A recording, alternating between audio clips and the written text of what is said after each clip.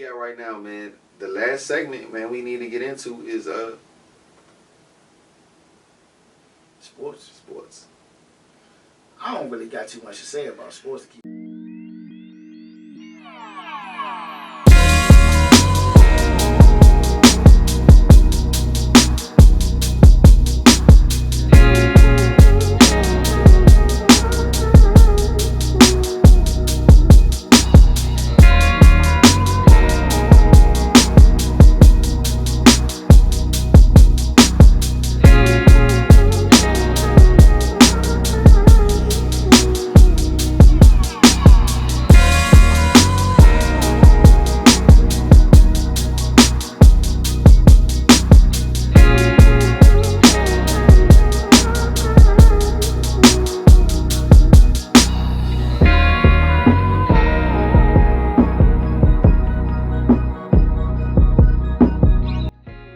Alright, so let's talk about this, man. Hate Comes with the Plate podcast, man. Our last and final segment, man. We're gonna talk about sports because I love sports. My bro host loves sports, man. I frequently watch, as much as I can, when I can. But I keep up to date on all of my teams. With ESPN app and and watching YouTube highlights and all that. So shout out to all the people that make those highlights. We love you for it, man, because I know I wouldn't see half of the highlights if it wasn't for somebody making those highlights. Facts. If it wasn't for them, yeah, for YouTube making those highlights, man, I appreciate all of them. And ESPN for updating everything so we can keep up with our teams that we support. You already know in the intro video, you can already know what type of what teams we support and what teams we are fans of. If you don't know, in football it's the Redskins and nobody else. I'm a fan of some players, but no other team ever. Fortunately and unfortunately, our record is good this year. Oh, we doing good this year. I ain't gonna lie, we doing good this year. We doing good this year. We doing real good this year. We got a new quarterback, all that. We doing good this year. But in our previous years, we've been shit, So, with the exception of RG3 year and, some years before that, some of the players that have played for the Redskins over the years, I'm cool with. I've had the opportunity to hang out with and all of that, So, it's always the Redskins for football as far as NFL.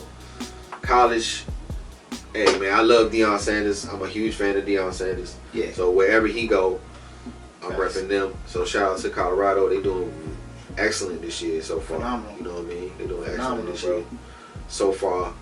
Hopefully they get a bowl game or something like that. But with the exception of that, basketball, I ain't loyal to no team. It's always been the players. So, it's amazing to see LeBron still do the things he does. It's just... I told you before. It's beyond amazing to see what LeBron is still doing. I told you before, and I'm going to tell you again. The media and everybody's going to be sick when he retires. What? Everybody going to be sick when They're he going to retires. throw up Everybody day. going to be sick when he retires. And he going to be able to be... LeBron is the only player... Okay, hold on. So how you feel about the Bronny James situation? I love it. You do? I think, listen. Because that was important in sports this year. So that was. But I feel like basketball. I feel like it's a beautiful thing. And I feel like he deserves it. If there's any player in the NBA, I'm not talking about Bronny. I'm talking about LeBron. Okay, I got you. I'm talking about LeBron. I'm about to say, come on, bro. Nah. LeBron deserves... Yes. LeBron deserves the fact that I get to see my kid.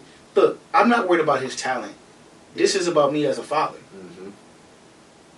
And as a father, it is a blessing to be on the same court as my son. Sure.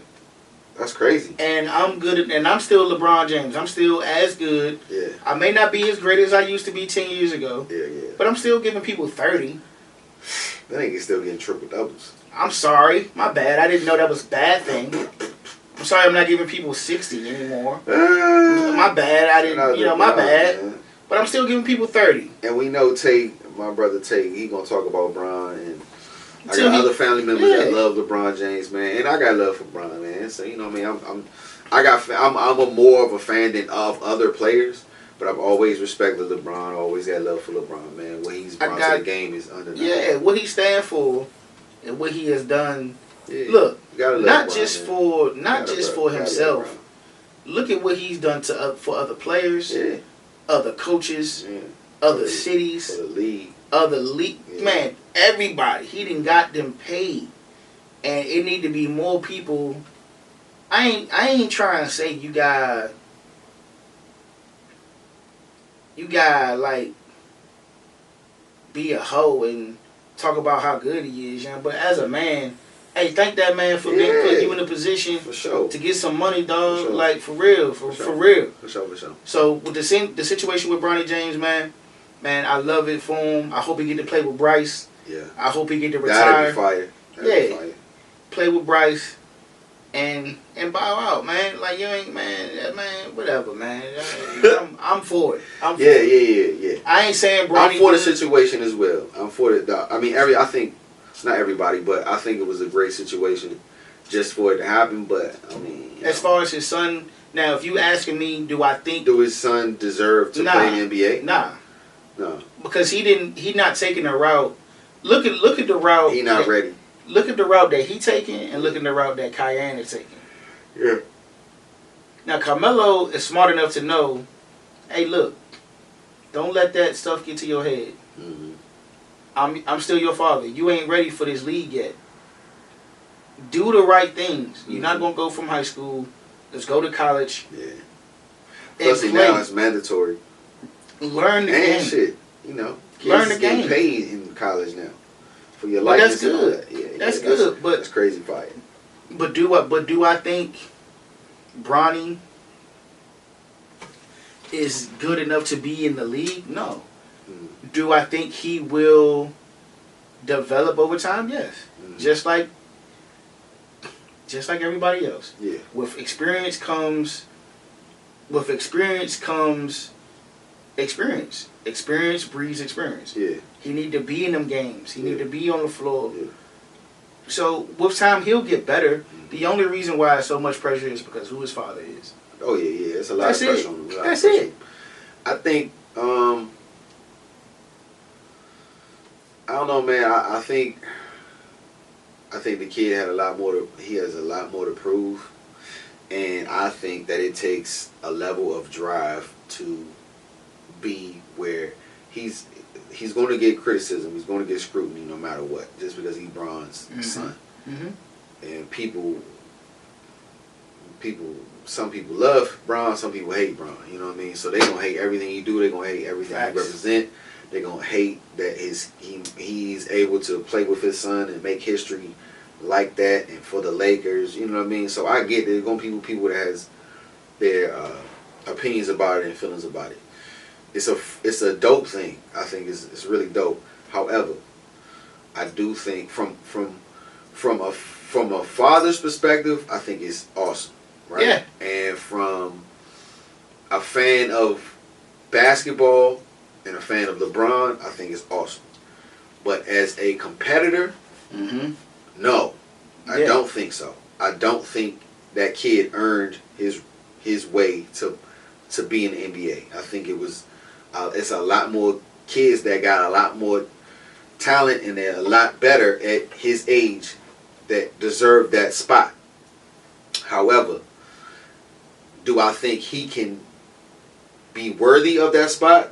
Sure. Mm-hmm. Do I think he will? Not really. I think being honest though. Honestly, I think the kid. I think the kid would rather be playing video games.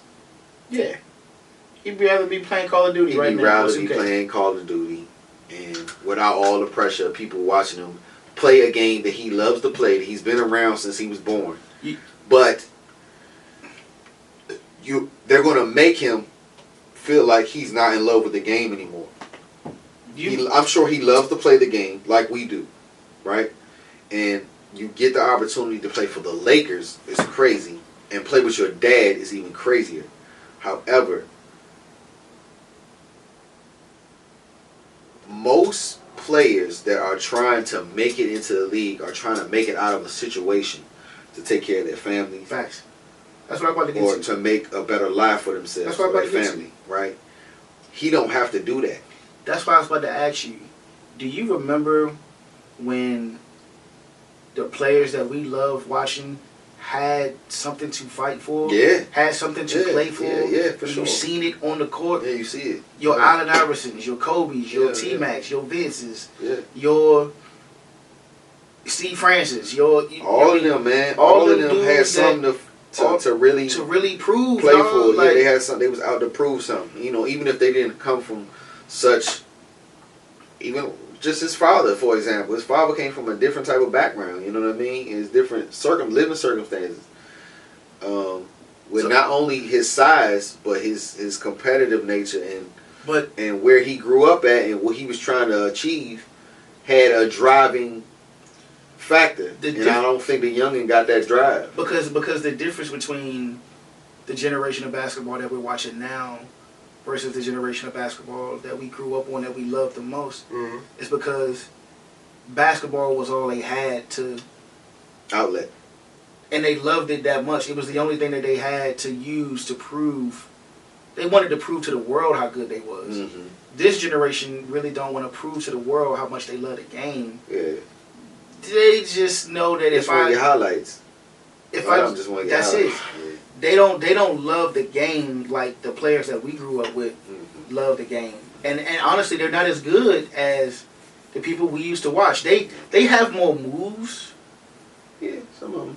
But they don't love the game. Yeah. And that's why I'm not a fan of this generation of basketball. Like, Allen Iverson loved the game. Yeah. The most misunderstood person in the NBA. And a lot of the reporters, your Stephen A's, everybody that reported something negative about Allen Iverson needs to sit on a panel and apologize to Allen Iverson for missing practice. Because there's niggas missing games. Whole games. Oh, man. Whole season. Not to say that none of them players ain't injured or nothing, but they ain't injured. Some of them not. Some of them not. My nigga AI played with all the injuries. A lot of players used to play with injuries. We all play with injuries. Hey, bro, every person that ever reported, wrote a book, profited, slander, disrespect, they need to get on somebody's show and apologize. This podcast won't tolerate no AI slander. Nah, never. Never. My man can miss practice all day. He ain't miss no games. We don't tolerate no AI slander. He ain't miss no games. Nowhere. He ain't miss no games. No way, shape, or form. He ain't miss no game, bro. I agree, man. To your point, man, the NBA is a different ball game right now. I still love the game, and I think the kid loves the game, but I think he's not in love with the game as much as he has to be or should be in order to be what anybody would want him to be. And regardless, let's say he gets to the point where, I'm not going to touch on this too much, but if he gets to the point where, let's say he averages 10, 11 points, I think that'll be his peak. I don't think he's going to be, averaging 20 plus. I mean, not even 17 plus. You know what I mean? Like, I think that's if he does, which I'm sure he is already. That means if you spending every waking moment with your dad playing and practicing, and in practice you just going, realistically the youngest should just be trying to focus on defense right now. Listen. And getting himself in shape and getting his body size ready to be playing against all these superior athletes. You saying all that though? Yeah. But let's just keep it at a base level. Uh-huh. You doing the eye test. Yeah. He ain't doing it for you. No, he's not. Listen. He's not. When Kobe wasn't getting in the game, he was still voted the number one. He was voted the highest voting All-Star, and he wasn't even getting no playing time. Yeah. Because people saw in practice too, he was beating them niggas. He was cooking them niggas probably. And it was getting out there. Hey, young, this dude ain't getting no playing time, but he cooking up veterans. He young and is wilding out here, for real. And young, that's the difference. That's the only difference, bro. Yeah, young ain't gonna be able to do that. That's the difference, bro. I mean, but we'll see. We'll see how he go, man. He might just have one of them times where he'll turn up, but I don't see it. It's players that's been here in the game that I like. That's not superstars, but he's not gonna surpass them. Right. Players like Jordan Clarkson or a Jaylen Brown or he considered a superstar now. Who? Jaylen Brown. He is a super. Okay, I'm sorry. Yeah. But that's a great example of Youngin. You said Clarkson. Yeah. He's a superstar, but Youngin can get buckets. But Youngin go get buckets, Young. He can. Your Lou Williams. He wasn't no all-star. Right, he wasn't. But everybody loved Lou, dog. Yeah, you gotta love Ain't nobody got no disrespect for Lou. That nigga could hoop. Yeah. And Youngin ain't gonna be that. That's what I'm saying, right, bro. You're right. He not even gonna get to that point where niggas gonna be like, well, I mean, but that nigga nice though. Right. Yeah. You don't think he even gonna get nice? Nah. I agree. I don't think he even gonna get to that point. I think he has all the opportunity to, but he's not going to because he's not motivated to do so. I don't think the rest of them dudes gonna let him Patrick Bev made a statement against Lonzo. That first game he got into the league. Yeah. He didn't do that to the other brother. Mm-hmm. But even with Lonzo was balling in college. He was nice in college, but he was balling. When he got to the league, he he did all right, but he kept getting hurt. Yeah. But his little brother, LaMelo, what happened? He got taller. Yeah. He hit a spurt. Yeah. Ain't nobody coming at him like that. He nice. I'm not a fan of his game like that, but he is nice. He nice. He is nice. It's gonna fade if he keep playing how he playing. Yeah. He probably need to go somewhere and develop some more. Going to somebody that can give him some tools. Man, the only thing I'm looking forward to this year for sports in the next year is Gervonta Davis having that fight in March. He gonna knock us out. And man, boxing that's the only thing I'm looking forward to is in March. I'm sorry, bro. Over with, man. I know we on sports, but it's nobody to watch. Shout out to Tank, of course. That's my favorite fighter right now. Yeah. He's been my favorite fighter for a little while, for a minute. Shout out to all the fighters, man. I just hope y'all stay healthy and and do your best to get out the game unscathed and make the most money you can, and then retire like Tank is about to do. I love Tank. Yeah, man. We love Tank over here, man. And we Tank is one of them dudes, man. You gotta love. He gonna retire undefeated. He gonna retire undefeated, but you gotta love his heart, man. He's so honest about everything. Not just the fighters he's about to fight. Look, he called it how he see it. Yeah. This fighter's not smart. I'm gonna show you why. And then after it's over, I'm gonna tell you why. And then, y'all gonna bet against me? Okay, bet. Guess what? Your man gonna pay for it. Yeah. Your man gonna pay for it. I'm gonna make sure he pay for it. Yeah. And then I'm gonna tell you why I beat him. Yeah, and shout out Lamont too, man. He from the hometown. Roachy, yeah, he nice. I want him to do well, but honestly, I've heard about him just because my father is and my family are like boxing connoisseurs. They know about everybody, so I've heard of him before, but I've never seen him fight. Mm-hmm. And I'm like everybody else, even though he's from the hometown. I'm not hometown biased, only of football. Everybody else, I'm not biased. If I'm a fan of you, I don't care where you're from. Tank, it just so happens he from up the street. Because Baltimore is up the street. Mm-hmm. You know what I mean? Like, in the grand scheme of things, it's up the street. So he's a hometown favorite. And Tank, I'll tell you, just like everybody else will tell you, he done came through D.C. to learn how to get better at fighting and done trained. He got friends in D.C. He got, like, it's basically like home. It is. So, he's a hometown guy as well. And we love Tank over here. We want him to continue to do well and be successful. And I want him to get out of this game paid and unscathed. I watched his most recent interview about him getting out to be a better man and father for his daughters. Yeah, man, that's what we want for him, man. That's what I want for him. To see a young dude say that, yeah, I hope it inspires. He at the top of his game. So many people, young men, to do that. Yeah, it was a beautiful conversation. She said, "Man, I want to be softer, but I don't want to do therapy just yet because I don't want to take away." Oh yeah, bro, it was beautiful. Beautiful conversation. Fight mode, kid, and all the fighters. I'm a fighter as well. I know exactly what he mean. I know exactly how he feeling, and all the fighters know exactly how he feeling. All the fighters worldwide, boxers. I mean, or just fighting. Period in life. You know what I mean? You don't gotta just be boxing or MMA or whatever you fighting. Whatever you are battling with. You could be battling in your mind. You can be battling with your heart. You could be battling physically with something, or you could be battling against somebody else physically. All of those things take a toll on you, and if you feel like, I have to be, just like you was talking about earlier, you got to be in the right mind state to do what you continue to do, to perform at a certain level.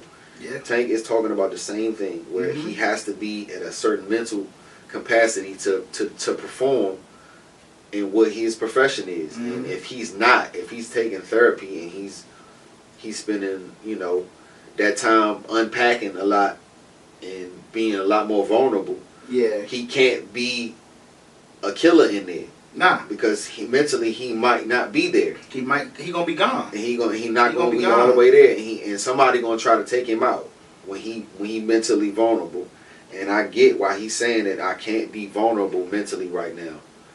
When I still gotta be a killer. I gotta be So I get that, man. And that's exactly what you were saying earlier. In the earlier part of the episode. So.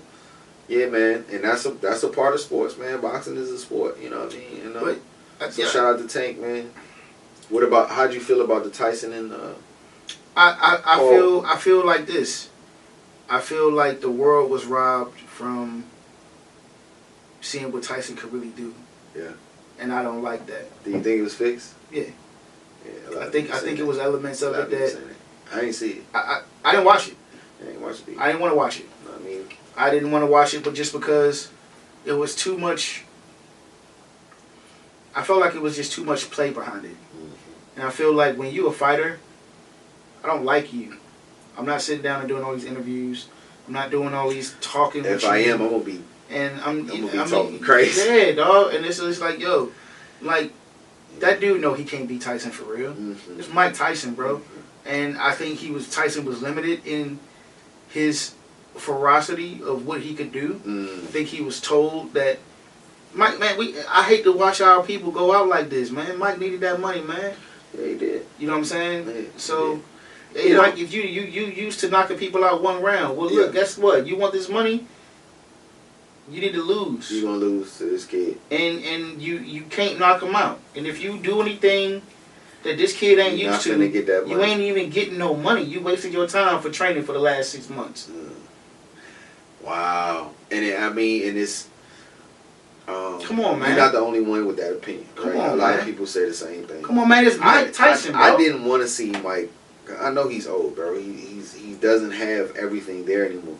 What I was just talking about, the same thing where if you've been through if you're at a certain age and you've been through enough injuries and enough, not even just injuries, just wear and tear on your body, you're not going to move the same. You're not going to feel the same at a certain age. He's older than I am, and he's been through probably more damage than I am. That nigga was in prison. But what you always say in basketball for shooters, what's the last thing to go? Your shot. All right. What you think the last thing going to go for Mike? That my fucking uppercut and that right hook. That power, bro. Yeah, but his knees wasn't there. From what I heard, that's fine. Yeah. The knees ain't gotta be there. There they do. Maybe the mind. Listen to me, dog. I'm not a boxer, bro, like y'all. So his legs gotta be there. That's fine. He ain't have them, from what I heard. I ain't see it at all. But from what I heard, it was like Mike ain't have his legs at all. My man told me. A couple people told me, not just my man, but he was like, as soon as he came out and Mike started bouncing and bobbing and back and forth, you could tell his knees start getting stiff. It looked like his knees started getting stiff. Hey, let me tell you something. But I'm gonna tell you why. They sent some girls to this room before the fight, dog. This is just me joking around. That nigga was smacked. I mean, come on, man. Look, I know he was high before he got. Listen, I'll take a high Mike Tyson to beat a Jake Paul any day of the week, dog. If I'm not limited, any day. But they limited Mike, man. They did Mike dirty, man. Yeah. They embarrassed that man. But we had to speak on it. You know what I mean? I love you, Mike. I'm sorry you had to go out like that, Mike, dog. Man, you already know, man. You got the money, though. But you got paid, man. And you ain't get no damage. That was he ain't hurt you. Yeah, he ain't hurt you. He ain't hurt you for real. He ain't hurt, man. He lucky. He lucky you ain't. We ain't worried about it, man. As long as you got paid, man, and you healthy, man, we ain't worried about it. Shout out to Mike. We might get Mike on the podcast one day. We going to. We getting Mike, Carmelo. Oh, we might have to get on here. We getting Mike, Carmelo, and Andrew Tate on the show, dog. Man, we ain't getting Tate over here, man. You know what that nigga got going on. We getting Tate, man. We ain't getting that nigga Tate on here, man. He got too much going on. Man, he gonna come rock with his stuff. I wouldn't mind. We chop it up with him. Chop it up with him, man. Carmelo up the street, so we gonna get him next. Shout out to Melo, Young, the GOAT. To me, what up? Yeah, man. What else is sports, man? We talked about basketball. We talked about boxing. We talked about a little bit of football. Shout out to the college football. We talked about them. Unless you want to talk about the WNBA, man. I don't want, Look. Hey, you know what? Realistically, we can talk about the WNBA real briefly, man. I've been to a WNBA this year, man. I seen Kaylin Clark play this year. She lit. And shout out to her, man. I'm an Angel Reese fan. I love Angel Reese. I got a couple Angel Reese jerseys, and y'all are gonna see me wear them. I love both of them, but Juju. But hey, Juju coming. Hey, shout out to Caitlin too, man. Shout out to both of them, man. They holding the league down, and shout out to, is it Aja Wilson? Aja Wilson. Yeah, she can ball. Hey, I ain't gonna lie. The WNBA was turned up this year, and Caitlin and Angel turned it up. They about to have some super beautiful basketball playing chicks that can come in there. Yeah, it's a couple out there already. It's a couple beautiful NBA, WNBA players. Shout out to them. Go ahead, change your jerseys up, man. Shout out to them. Oh, change your jerseys up. Shorten them shorts up. Yeah, shorten them shorts up. But nah, we ain't gonna talk about that. You know what I'm saying? We gonna talk. I'm gonna talk about it real quick. I'm gonna talk about it real quick because I got that Henny. I mean that tequila gone. Look, man, shorten them uniforms up, yeah.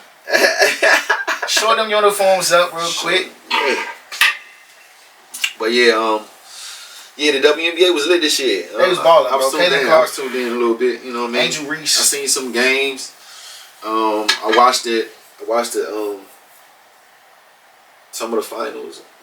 They hoop, man. New York won it this year, man. Shout out to New York.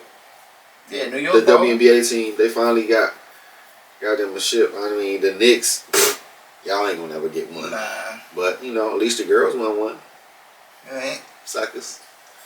Man, that's all I got, bro. Yeah, man. That's it, man. That's it. All I got. Shout out to the Capitals. Shout out to the Nationals. Always. We'll talk about them some more, man. Listen, man. Hey, man. It's been a good one. This has been an episode. This is the first one, man. It's the first one. It's the first of many. Because how long we doing this? Forever. We're not stopping, y'all. We'll see y'all. You know what I mean? See y'all again, man. Shout out to everybody. Shout out to all the family. Shout out to all the friends. Loved ones. A whole lot of love for everybody. Everybody that's been hitting both of us up, asking us when we gonna start, when we gonna drop the episode. Shout out to y'all, man. I love y'all. We love y'all. We thank y'all for the push. Thank y'all for the encouragement. Thank y'all for the... I just thank you for just being genuine people. Yeah, man. Like, comment, subscribe, or don't do any of them. It don't make us no difference. Mm-hmm. It's all love regardless. And it's just like that. Yeah. Hey, man. Hey, one time for the podcast, man. One time for the podcast, man. Come on, man. Here comes with the play, baby. Stay tuned. Check us out. We got more coming. Yes, sir.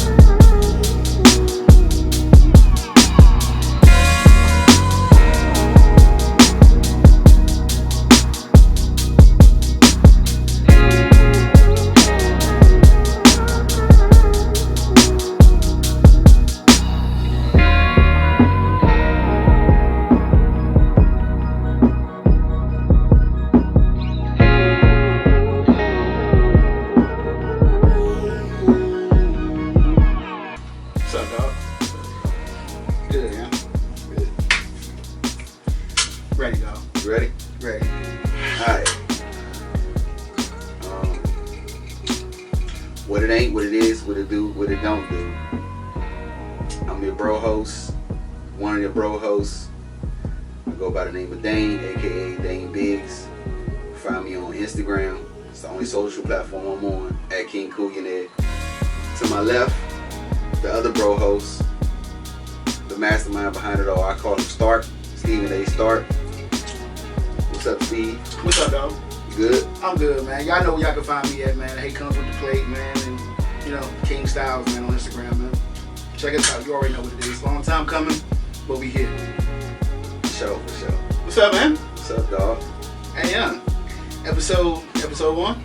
Episode 1, man. So look, for those of y'all that don't know, we are here to just give, spread, and just show a lot of love. But of course, what's gonna come with the love is, in this world, is hate.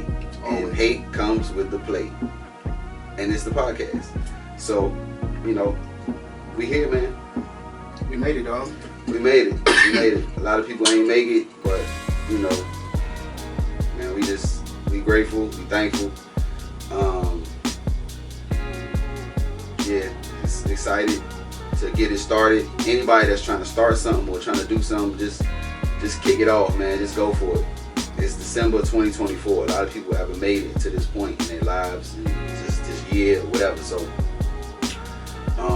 throughout this podcast, however long it lasts, I think we're gonna try to do this forever.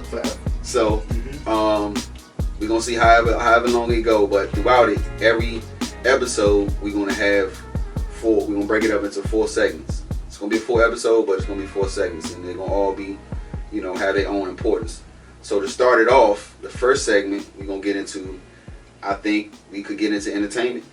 We can get into entertainment. Before we kick it off, to all our friends, family, loved ones, all the people that's been encouraging us to continue, all the people that's been pouring into us, asking, when y'all gonna start the podcast? When y'all gonna do it? Hey man, we here. We thank you for the encouragement. Thank you for the love. I personally want to thank my brother right here because he was the first person that I felt I had to reach out to be a part of this. Not only is he a brother, but when we say bro host, he's exactly that. Like, everything. You know what I'm saying? So without him being here, this wouldn't be possible. All his encouragement, all of his direct corrections with me, it all made this possible. So without you, bro, for real, man, we wouldn't be here. From top to bottom, all the advice, all the guidance, man, we here. So, and the both of us got, like you said before, this gonna help us. Mm-hmm. This our therapy. Mm-hmm. You know what I mean? While other young men may not have avenues to have their outlets to have therapy, this is ours. We hope that it helps you. We hope that you see how down to earth and simple we are, and y'all rolling with us, man. So, entertainment, man. What's going on in the entertainment world, man, that you want to kick off with, man? Well, thank you first. Let me say thanks, bro. I mean, I appreciate that, you know. And we gonna, throughout the entire thing, we gonna see a lot of love. We gonna be giving each other love. We gonna be giving each other friends, and it's gonna be a lot more people that's a part of this. We just the starts of it. Like I said before, he's the mastermind behind it all. He's the Tony Stark behind it all. So, you know, I'm just Wolverine, you know, in here. Oh yeah. So, but what we're gonna do is, again, we're gonna be giving a lot of people love. We're gonna be showing a lot of people respect and admiration, because that's what we're gonna try to do. That's what we're gonna do the most of. But you know, it's gonna be some.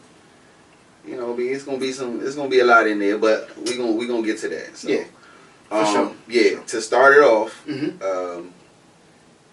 The first part of the first segment we're gonna get into is entertainment. So now, what I want to talk about is, since it is December 2024, right? Okay.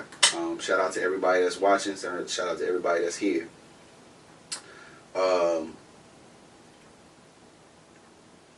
What we can do is kind of, instead of, kind of give up a wrap up of your year, either whether it's something entertainment wise that stood out, whether it be a movie you watched, you saw this year, whether you went to the movies and saw something, or a show that you watched that stood out, or some music you listen to that stood out, whether whatever entertains you. Let's talk about. You can talk about something that got you for the year. So what got you so far this year? What stood out for you this year? What stood out for me this year, entertainment wise, Drake, Kendrick, Cole. Now music. Okay. Yes. Entertainment. I don't like the fact they try to box my man Cole and make it seem like he ain't want no parts of the dynamic between Kendrick and Drake. It was entertaining to watch this year, not gonna lie. But from a grand scheme of things, I like I stand with Cole, bro. You know what I'm saying? I stand with Cole. Like I feel like this year, as far as entertainment, man, Cole been killing everybody's songs. I'm talking about from the start of the year till now. Then he dropped the album in April. You know what I'm saying?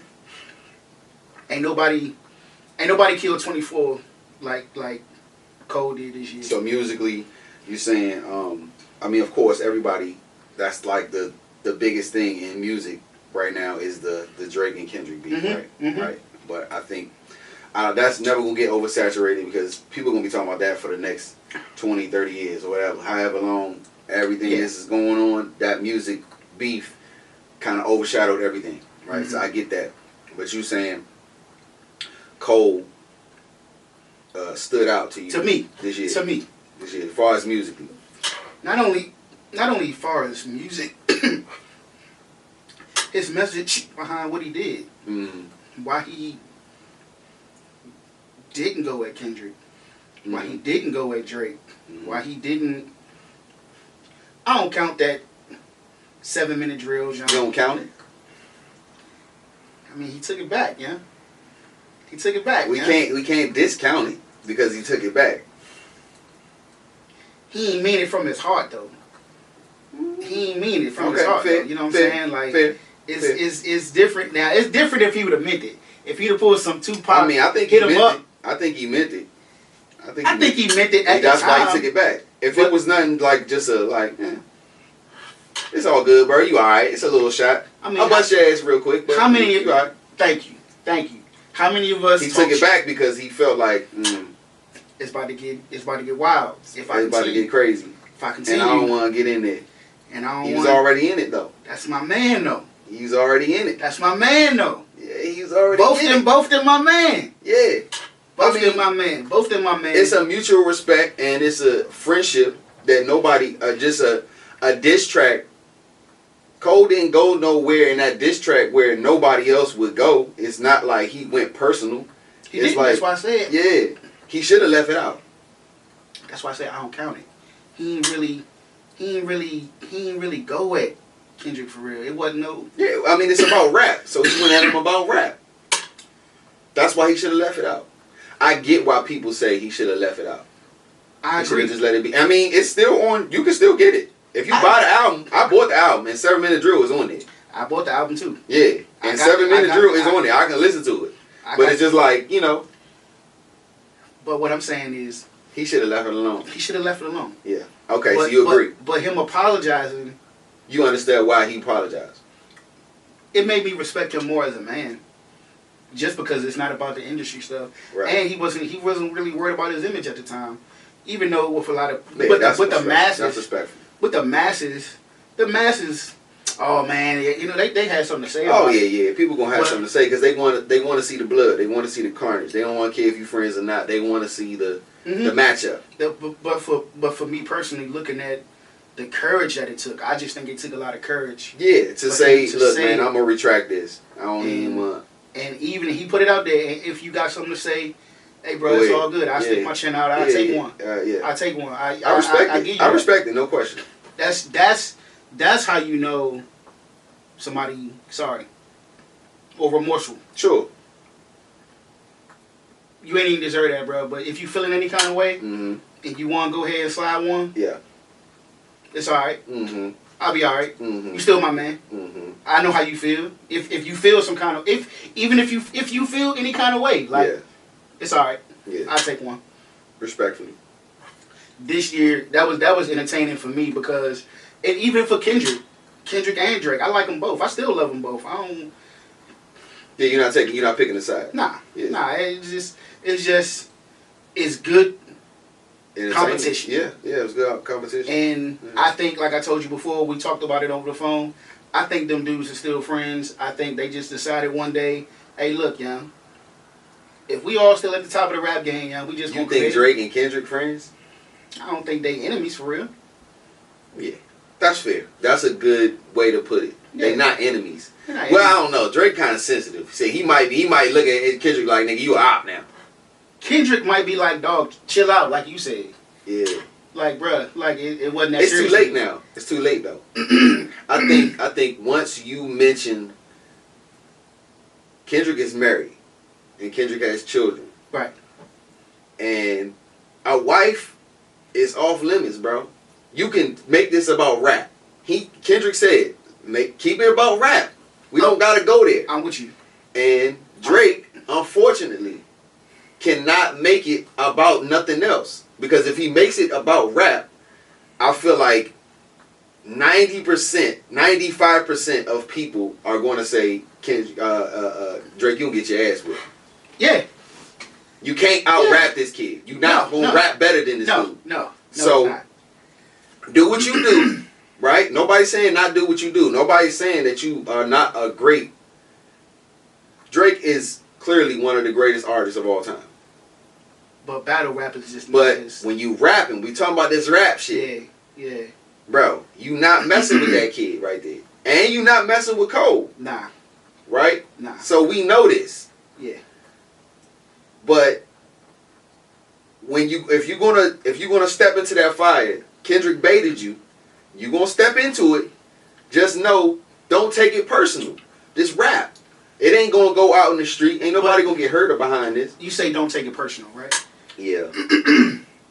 But Drake took it personal. But that's what I'm saying. Yeah. I feel like in a level, like you said, you always compare things to basketball. Mm-hmm. You know what each of your friends can do when they really feel like competing. Mm-hmm. You've been around them.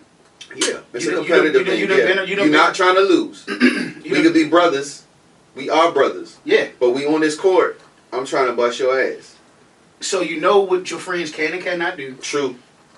So if you could bait them into shooting a three and you know they ain't no 3-point shooter, you gonna do it. Yeah, absolutely. If you know that talking trash, it's gonna get under their skin, make them uncomfortable. Right, but you're not gonna say nothing that's gonna go. But you're not gonna push them buttons there. Right, you're not gonna push the line like, bro, we're not even playing no more. You saying some shit that's beyond disrespectful. It ain't about basketball no more. It ain't about competition no more. Yeah. And that's what Drake did, because when you talk about someone's wife, the same thing he did with Pusha. When you talk about somebody's wife, bro, when you take it over the line, that's taking it over the line. We are still human beings at the end of the day.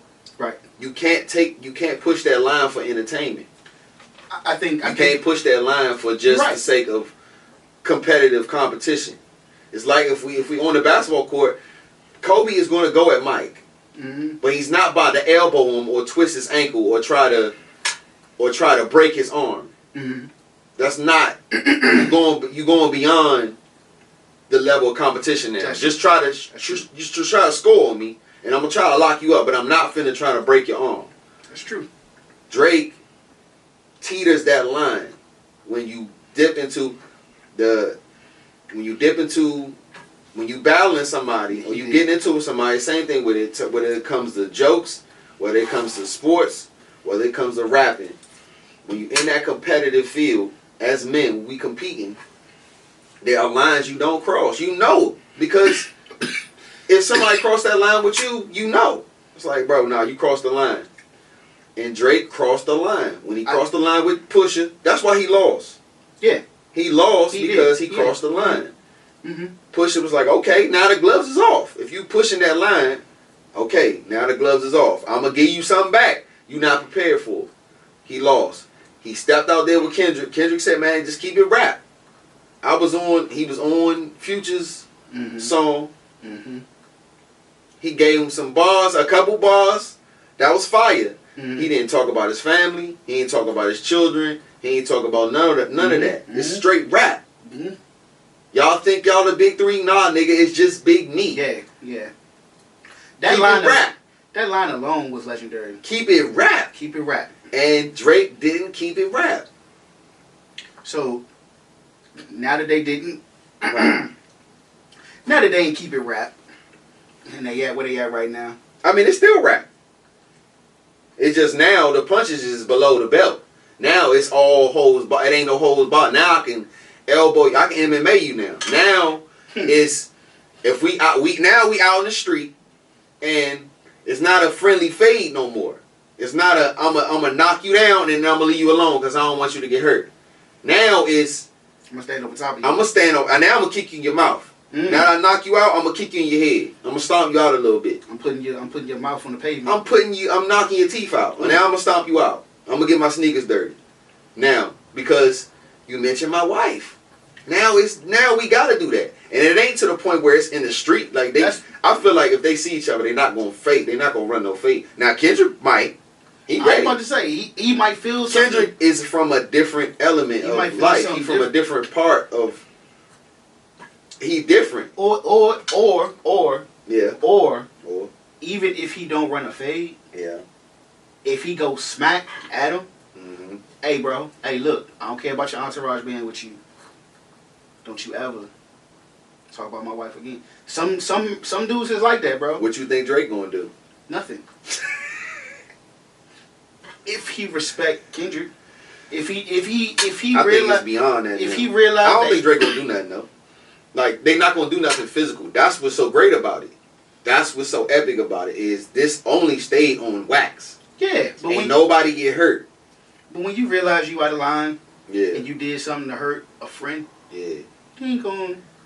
Yeah, you might feel some kind of way. Yeah, but you're not gonna make it worse by saying, nigga, forget what you talking about. Yeah, I don't care about that. Nigga, you gonna be like, all right, bro, I hear you. Yeah. Hey, maybe. That's if he care. That's if you think Drake cares about. Yeah.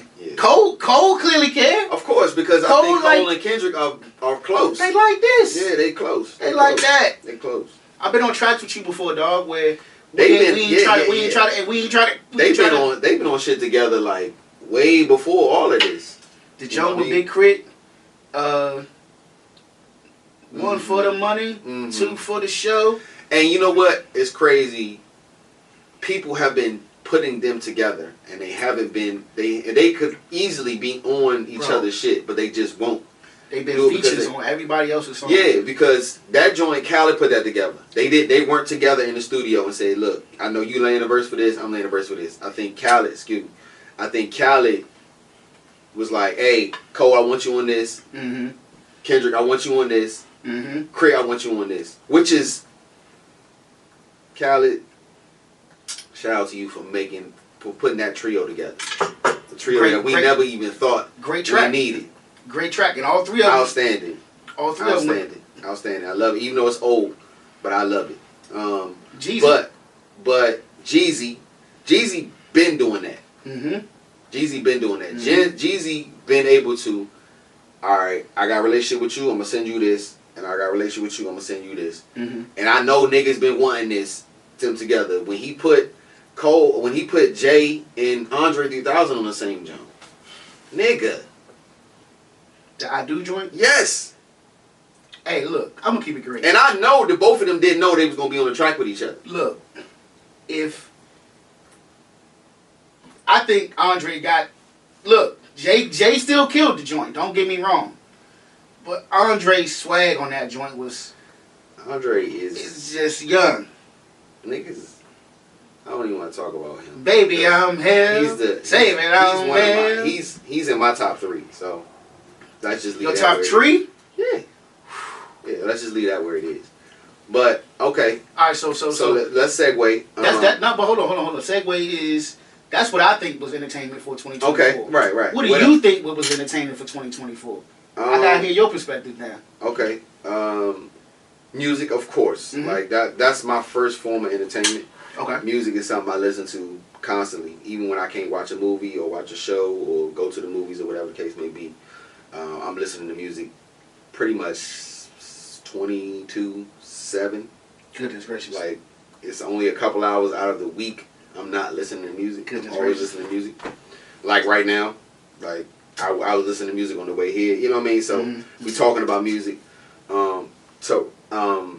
Anybody that, whatever form of music you listen to, however you listen to it, whether it be YouTube, whether it be Spotify or Apple Music, shout out to all of them. You know, being able to give everybody access to music on their phone 24/7. Oh yeah. 365. Shout out to y'all. Whatever, however you listen to music. I listen to music on YouTube and I listen to music on Spotify and I have Apple Music as well. Well, I only have honestly, I only have one album on my Spotify. I mean, not Spotify. Apple Music. And that automatically comes on whenever I cut my Bluetooth on, or whenever I want to, like all my alarms and stuff like that. Things like settings in my phone, I use those. And it's Cole's album. It's 2 Cole albums on there. That's only 2 albums I got on there that I bought. But Spotify I listen to, and YouTube pretty much majority of the rest of the time. That's my joint. And Spotify does a wrap up, right? They do a wrap up. You just got yours? Yeah, I got mine. I got mine. They do a wrap up of what you've listened to throughout the year, how many minutes you done listen to it. It's really dope, right? I think they've been doing it for a few years now. And I share my music with a lot of people. Yeah. You're one of them. A lot of my bro. Shout out to Tay. He'll be featured on the podcast plenty of times in the future. Oh yeah. G Money, my cousin. You know what I mean? Like a lot of people. My cousins, my uncles, like almost everybody I know I share music with, almost. And that could be a personal thing. Sometimes, people can take it personal and say, I'm not, it's different. Sometimes you don't want to share your music with everybody. Not everybody. Right? But I got a good, solid people that we share music with each other. Probably one of the most unique relationships I share music with is my daughter. Wow. Wow. I mean, I've been singing her songs and playing music for her since she was born. You know what I mean? So it's interesting. Me and her do the same thing. I send my wrap up to, shout out to my cousins as well. We send each other our wrap ups and we talk about what music we done listen to and all that. But we do that throughout the year anyway, like almost all the time. If a new album come out, we talking to each other. Hey, you heard that? Hey, I heard this. What you listening to right now? We check in with each other every couple months. Not, we check each other more often than that about life, but about music, we be like, hey, what you been listening to? You know what I mean? Or I've been listening to this, I've been listening to that. So, as far as music goes, in my entertainment, that's like a vast majority of my entertainment. The artist I've been listening to the most this year, and it's pretty much the same within the last few years, but one person, Tupac is always in my rotation, no matter what, no matter how long. Freddie Gibbs. I seen Freddie Gibbs some years ago at a show. I've been a fan of his since. And I mean some years ago, even before he started making as great as the music he's been making now. But this year, Gibbs, it was at the top of my list. Cole, of course. Davies.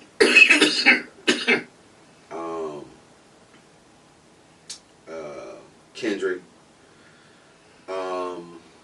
Benny the Butcher. West Side Gun. Conway. That whole Griselda trio is just phenomenal. But I'll listen to them a lot throughout the year. Crit, of course. Larry June. I listened to a lot more Larry June this year than I have in the previous. You got bangers. Currency is always consistent. Always gives me bangers. Of course, Wayne. Drake too. I ain't gonna leave Drake out. Yep. And Outkast. Those are Tupac, Outkast, Lupe Fiasco. Like those guys are always in my rotation. Mm-hmm. So, all of those artists is pretty much like how my music entertainment goes. Of course, Pusha and all of those guys, I throw them in there. Of course, they always in the rotation. Meek, I still listen to Meek Mill, regardless of whatever people think is going on. I love Meek Mill, so I'm always listening to him too. Babyface Ray, I like Babyface Ray. He's a Detroit rapper.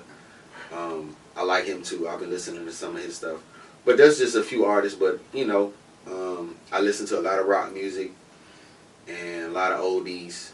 So and go-go, of course. Yeah. So shout out to all of the go-go bands as well. All of those. That's pretty much my entertainment all year. But we'll talk about that more. Movies, I'm always going to the movies. But my movie date is my daughter. Not my oldest daughter, Charlie. She's 17. She don't be going to the movies with daddy no more. But my youngest, Dylan, she's 10. So she goes. Me and her. That's my date. I take her out on dates all the time, as much as possible, and that's what we do. We go see the movies. So, get that daddy-daughter time. Oh yeah, all every time. Gotta get it in, bro. That's where I go. That's where I date. That's what we do. We date. And yeah, movies. We go see movies. Wicked and all of these movies that's for girls and for kids. I see all of those. I don't even see none of the the other movies, the action movies and all of them. I don't the stuff for us. I don't see none of those. I ain't gonna lie. I don't see none of those joints. I've been watching some shows this year. I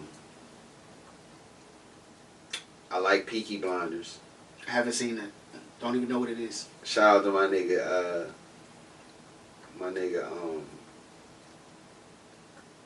They call him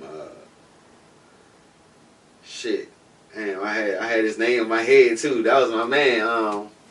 Shelby, Thomas Shelby. That's his name in the show. But okay, Peaky Blinders is a dope show. It's an off-brand joint, but it's a good show.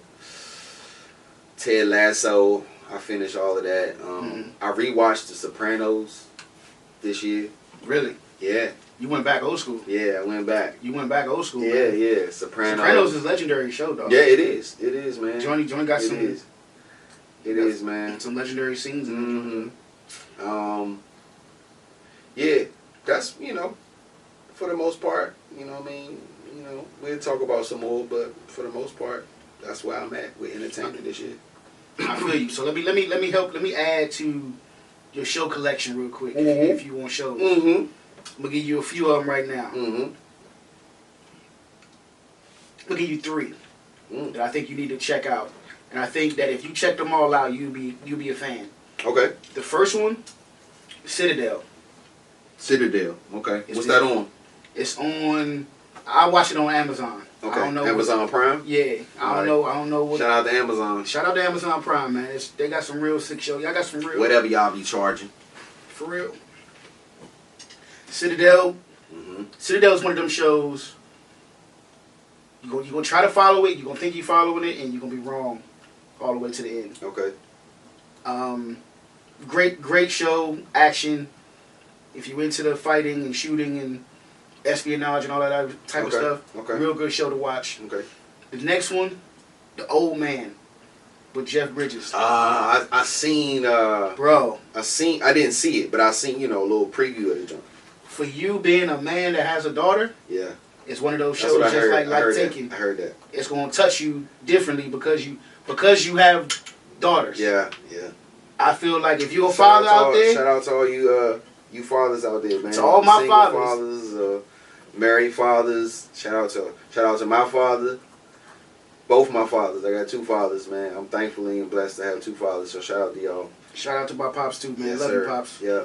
Go ahead. But to all the men out there that got daughters, The Old Man is a show you need to watch. All right, seriously, bro. Say less. It's one of them ones that if you allow yourself to feel what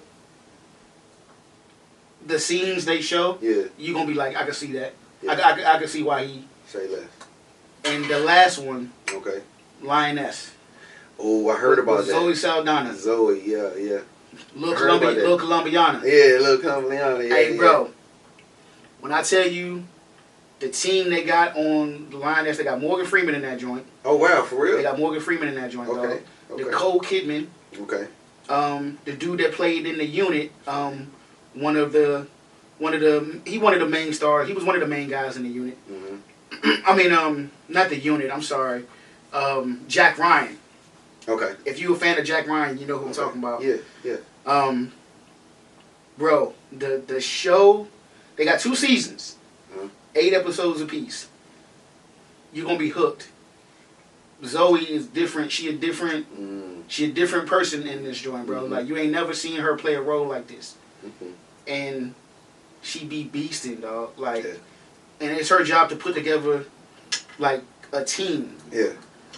Bro, she picked the best teams, dog. Like she don't. Yeah, I heard about Lioness. Dog, it's one of them shows. It's one of them shows you got to add to your list, especially. Like I said again, I just talked about people being fathers. You're a father. You're gonna feel some kind of way about this show, bro, just because you're a father. Yeah. So those are 3 I got for you, man, for entertainment, bro. All right. Add those to your list. Okay. Citadel. Old Man. Lioness. I got you. That's it, bro. I got you. And we'll talk about more, coming up, man. Mm-hmm. We'll tap in some more about entertainment. But so far, man, that's the entertainment segment. Mm-hmm. Yeah, man, it's been a crazy 2024 as far as entertainment. Yeah, man, we got a lot more to talk about. I'm sure we're gonna get a lot more feedback from other people that we're gonna have on this podcast, man, that they gonna have their opinions and feelings about what they've entertained by this year so far. So we'll chop it up with them, and shout out to our friends that's gonna let us know what they thought about what was entertaining about. Yeah, man. Well, I'll be asking you, man, comment, and if you want to be featured on this segment, just hit us up. You know what I'm saying? And if not, even if you don't want to be, if you want to be anonymous, and just tell me your answer. Tell me how you feel. Tell me what you was entertained by, and we'll talk about it. Send us an email, a text, or a clip. If, like my man said, if you want to be featured on the show, man. Yeah.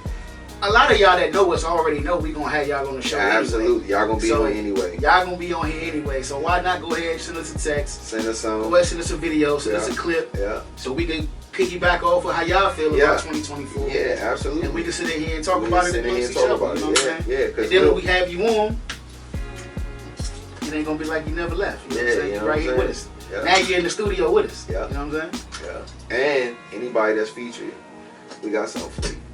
You know what I mean? Say less, bro. We got something for you. Not just love, but we got something for you. We're gonna gift you something. Come on, man. You know what I mean? So they ain't ready for that yet, bro. Yeah, well, they gonna have to be. They gonna have to be though. You know what I'm saying? But so Hey Comes with the Plate, that's the entertainment segment. First one. You dig? Mm-hmm.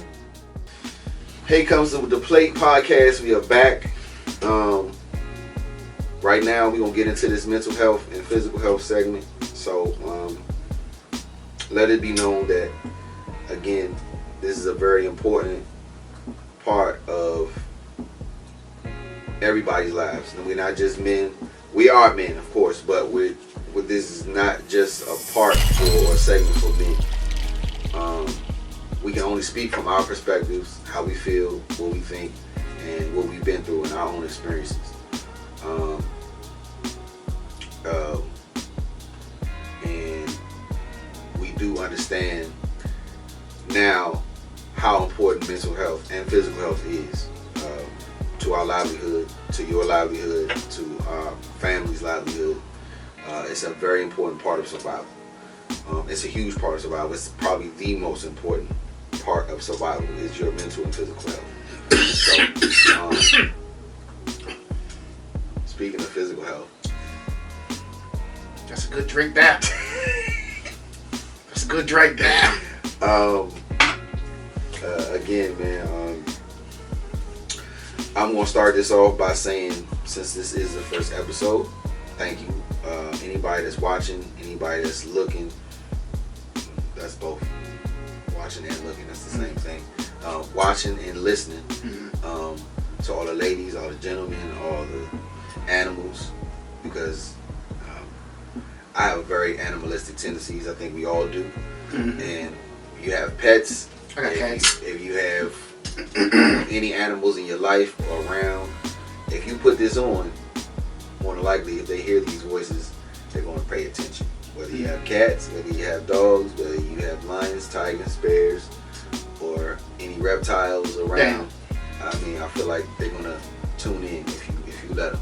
You just sit this in front of them, and they'll start watching. You know what I mean? You might be amazed, like why is my lion just watching this nigga on the camera? Like, man, he's just relaxing, and it's because we gotta think. You know what I mean? Certain animals I have a think with. You know what I mean? But outside of that, this is very important because. I think my brother spoke on this before, and we've spoken on this before, that this just being us being here in this setting together as brothers, we know each other, we love each other as brothers, and this is, we encouraging anybody that if you need to go to therapy, please go to therapy. If you need to talk to somebody about anything you're feeling or thinking, please do it. Find the nearest person to talk to, just to get it off your. Sometimes it's important to just get things off your chest. It don't even matter if it's somebody you know or not, because I think that's what therapy is. It could be somebody you completely don't know. It's pretty much a stranger to you, and you really in there just to get off your thoughts, right?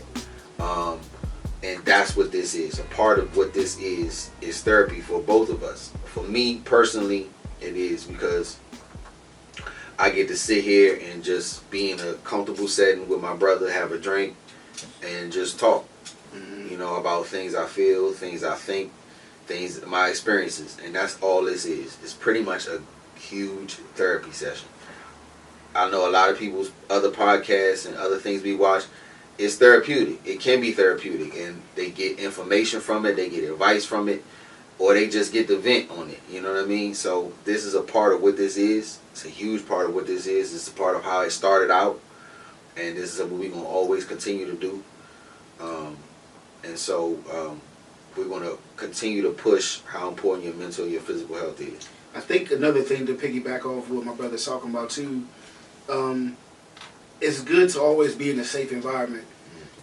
What helps us, I guess, really relate is that we're always in a safe environment where nobody's laughing at how we feel.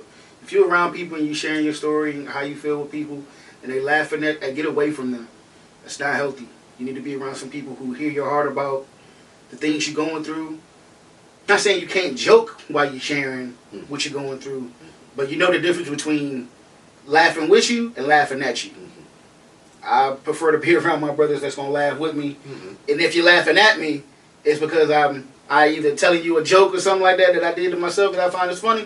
But, you know, you need to really take some, you know, be around some people that really take you serious, man, because mental health, we lose 12 men every, 30 seconds or something like that? Something like that. I don't know the stats on it, but it's bad. You know, we losing, and all because they ain't had nobody to talk to. Yeah. And that's the thing that we don't the suicide rate is very high. Men suicide, dog, is at an all-time high. And we take this part very seriously. So to kind of just get it back to my brother and his direction of where he wants to go with mental health and physical health today. What things have you done, or you know, what's going on with your mental health, you know, physical health right now? Where you at with yourself right now, bro? Mentally, man, I'm all over the place, like always, you know. And this is a new thing for me, so I'm not really, because this will be, you have access to this. Millions of people will have access to this. Whether one person watches it or a million people watch it.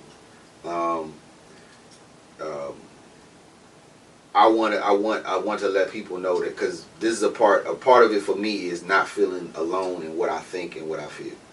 A lot of the times when I was growing up, I could feel like I'm alone in something I'm thinking. I could feel like, is anybody else thinking about this? Is anybody else feel this way? And that could be a lonely way of thinking, right? And a lonely way of thinking leads to, it could lead to depression. It could lead to other things that could be worse, right? It could lead to you hurting somebody because you might be hurting and you really don't want to say nothing because you might feel like ain't nobody else in the world hurting like I'm hurting, right? And so a big part of this is to let anybody know you're not the only person. You're not alone. I think that's one of the main things I want to stress to anybody is you're not alone, right? And that's a big part of my mental health is remembering that I'm never alone in what I'm thinking, because as men, we tend to take everything on our own, right? You tend to say, I'm all right. I'm tough enough to take it. It is what it is. I'm not going, I'm not going to express how I feel. I'm not going to talk about how I feel. I'm not going to talk about what I think. I'm not going to talk about my experience. I'm just going to keep it in, and that could be to our own detriment sometimes, right? So, I think a big part of my mental health has been thus far within the last few years is being able to express myself. Even in this fashion, I was not able to do this before. Even talking to my brother, I love my brother, and I got uncles and parents and friends that I'm able to confide in whenever I need to. It's not like I don't have that. Some people don't have it. Some people don't have the safe space, like you said, to even do this. Even with that, I still would keep in a lot of things, right? So, I think mentally, I'm still, I still am. I have regret. I have guilt. I have,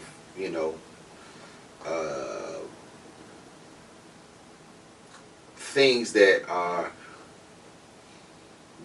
go on in my mind that I care not to express, but I'm dealing with them, right? It's just in a way I'm dealing with them now.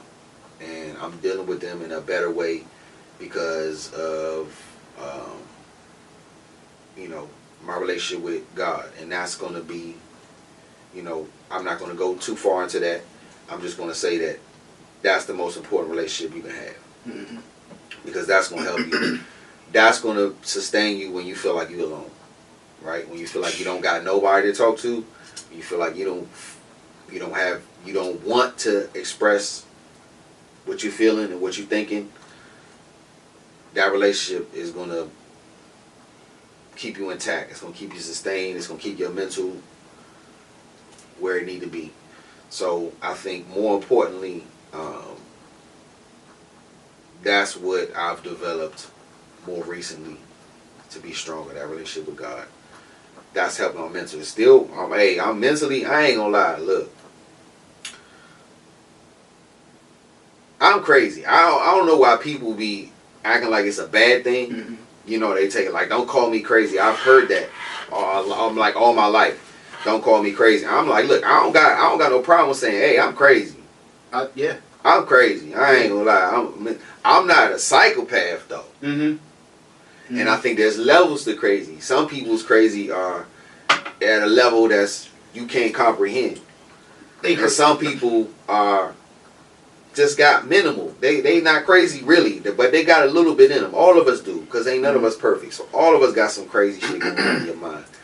I'll be the first to tell you, hey man, I'm crazy. I'm not crazy to the point where I'm gonna do something to somebody or myself. You know what I'm saying? Yeah, I'm not finna hurt myself or hurt nobody. But hey man, I got shit going on up here, man. Yeah, you know what I'm saying? Bro. So that's where I'm at mentally though. I'm good. I'm good. I ain't finna hurt nobody. I ain't finna hurt myself. But got shit going on, man. Got shit going on in the mind, man. You know what I mean? What's one of the things that, because we talk often, and we do tap in with each other a lot, but in those moments when I call you, because I'm going through something, I had to remember and I started calling you more because I'm like, hey, you be checking up on me, bro. Hold up, now I gotta flip it and just check on you. I gotta tap in with you, bro, and check on you. Like you always check. What's up with you, bro? Like what's good? And you was just like, damn, bro. Like thanks for that. Like I appreciate that, homie. But like that go a long way to feeling like somebody cared. You know what I'm saying? Like at least, damn, you know what? He ain't even had to call, but you know what? That's my dog. He called, man. That might get me through the rest of these 30 minutes that I'm been struggling to try to get past. Yeah, for sure. You know what I'm saying? For sure. Because, so I asked you what you're going through, man. Just appreciate your honesty about what you're going through and how you feel about yourself. So how about you? Struggling. Yeah. Struggling, bro. Same stuff, man. I mean, I was out today talking to a friend of mine, and I told her, I said, look, I'm just realizing now how long it took for me to see the signs that God was trying to show me about a person. Stuff that he been trying to show me for a long time that I just personally refuse to acknowledge. And I chose to ignore them. What that say about me, my thinking, you know what I'm saying? I'm struggling with, man, all the things, bro. You think about depression and anxiety and not being enough. And the crazy thing is, we got family members who love us and pour into us, but we can't tell them at 2:00 in the morning. This what I'm thinking. Yeah. You know what I'm saying? You can, but you just don't want to. We just don't. Yeah. We just don't. You know what I'm saying? Yeah. And I'm not even saying it's not a safe place. We can. I know I can call my father. I know I can call my moms. I know I can call my sister, my niece. But they going through their own shit too. And it's like, young, I can't burden them. I can't burden them. Right. I can't burden them with these things. But, bro, I'm struggling too, dog. Like, man, to say where I'm at right now, I wanted to share this with you. When I told you I had something for you, I saw this video, and it was talking about beginning. And it was talking about you're not where you're at because you're scared. You're scared to start. You're scared to begin. But the only person that's in your way is you. It's not the fear. You're not afraid. You got the tools. You got the fire. You got the drive. You got everything you need. Yeah. The only person that's stopping you is you. You're not really worried about people gossiping about you and stuff like that and all of those other things. And I watched that video, bro, and I had like tears in my eyes. So I was like, man, it is me. I am afraid to start. I am afraid. It is me holding me back. We got all these resources and tools, and we're not even we're not even maximizing what we have. And I'm trying to get other stuff to work, and it's like, that's not going to work until we maximize this. Right. We're not going to get to that next point. That next point right there is till we maximize this right here. Right. And I've been a detriment to my own self in a lot of ways, man, because I'm overthinking about a lot of stuff. I'm trying to get everything perfect or do everything the right way. And we've been seeing videos where they say, stop waiting for everything to be perfect. Just start. Just do it. Just begin. But I'm always trying to wait for the perfect moment to do it or the perfect time to do it. And after a while, bro, just mentally, bro, you just feel defeated sometimes. You're pouring out, you're giving out. I was telling a friend of mine today, we were talking about an ex of mine, and I was telling her, my ex asked me, does she drain me? And I was like, yes. I said, you drain me because you don't realize that you're not the only person I'm pouring into. I'm not just pouring into you.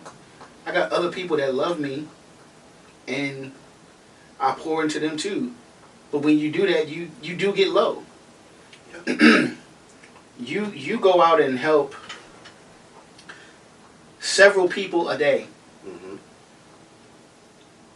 And when things happen to you, we can kind of get into that moment with, dang, who's going to help me now? I done just helped 5 people,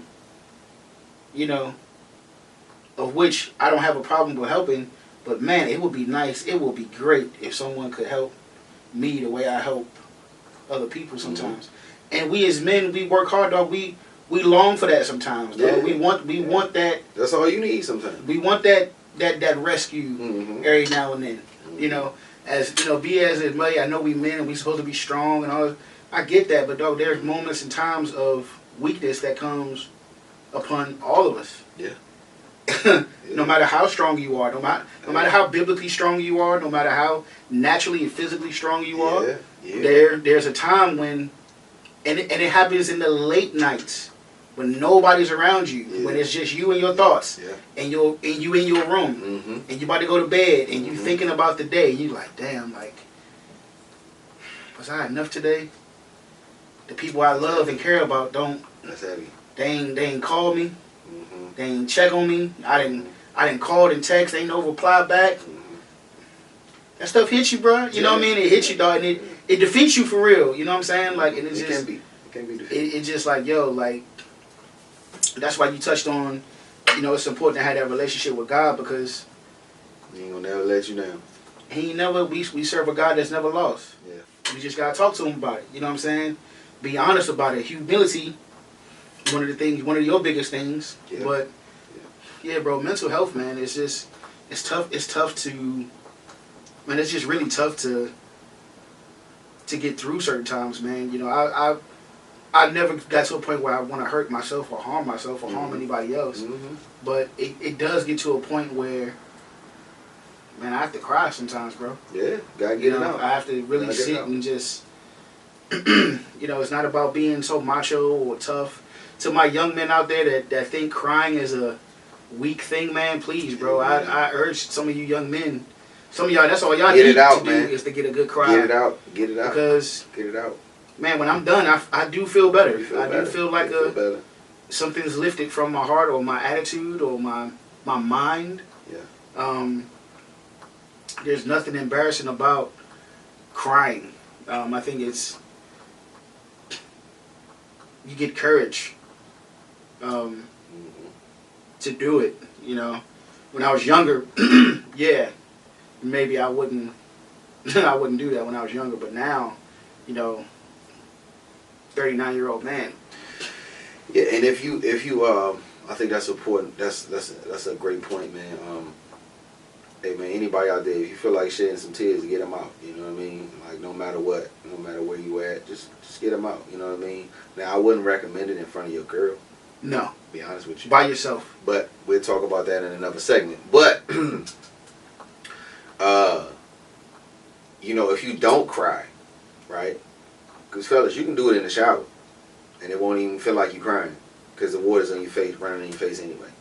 Right? But it's just the feeling that you get out. It's the release of that emotion that you can get out. Right? So, fellas, go ahead. If you feel like, you know, I know that's a little on the soft side, but hey, you know, it ain't about that. It's about helping you get that release so you don't flip out on somebody, right? Because if you hurting for real, if you really want to cry, and you cry at the wrong time, it's gonna make you feel vulnerable. Super. And then if you feel vulnerable, you're gonna get defensive. And if you get defensive, all it takes is for somebody that see you in that moment, take advantage of that moment, and now you want to hurt them, right? Because you want them to feel how you feeling, and it wasn't even about them. So, or something fluke could happen, like you could be watching a Disney movie and start tearing up. You'd be like, "Yo, what the?" You're like, "Yo, what's wrong with me? Mufasa just died, and you in here sobbing like a baby." You felt something though, right? Because look, that's a built-up cry. You've been wanting to cry. You just been holding it in, and then something like that just touch you, and then you can't let them. Now you in there feeling like a bitch. You like, oh nah, what's wrong with me? But to clarify that, get them cries out, fellas. It's all right. Get them out, because man. Get them out. We do. You know what I'm saying? Like I feel like, man, Excuse my language. I think I cried like 2 times this week. I cried 2 times this week, dog. Got down on my knees to, you know, to pray. Yeah. And you just feel remorseful about stuff. Yeah. You know, things that you wish you could change. Yeah. I told you one that you recently helped me with which was my mental about my job, working so much. Had I not made that phone call to you, I don't know what attitude I would have had going back to the office to send that email. I probably would have sent a real nasty because of how I felt. I think you calmed me down and you said, bro, you said everything that you set out to do, you've done it. Relax. The job is always going to be there. And you know they'll find somebody to replace you. Bro, you got everything you said you need. Why was you doing this again? Did you get everything? I mean, you just went down like a checklist, and it was just, I needed to hear it. You know what I'm saying? That helped me get to a point where I say, you know what? Now it's time for me to trust God differently. I've been trusting myself, trusting His work, trusting this grind. I can let it go. If I let it go before and ain't nothing happened to me, I can do it again. And so you helped me get through that, and it was, man, was it scary? Nah, I think I was my body, my mind was ready. I was ready to, because I felt myself getting to a place where I'm about to lose it. Yeah. I'm about to lose it, man. And had I, and there's so many other men, bro, there's probably men in our circle right now going through the same exact thing, man. Not saying anything about it. Yeah. About to lose it. And if that's you, holler at somebody. Holler at somebody. Holler at us. Yeah. Especially if you know us. Yeah. Text, call. Text, man. Whatever. Pull up. And if you have to, you know what I mean? So, far as, so let's segue, right? What you done physically to keep yourself healthy? Nothing. Far as and like I said, again, we in December 2024, so everybody know where we are right now in life. So we ain't gonna just do a weekly wrap up or like, in the future we gonna do something like that. But for right now, we gonna pretty much do the year because it's the end of the year, man. Right, and it's the first episode, baby. So, man, what you done physically this year? Where you feel like you've done good at, and then where you want to get better at.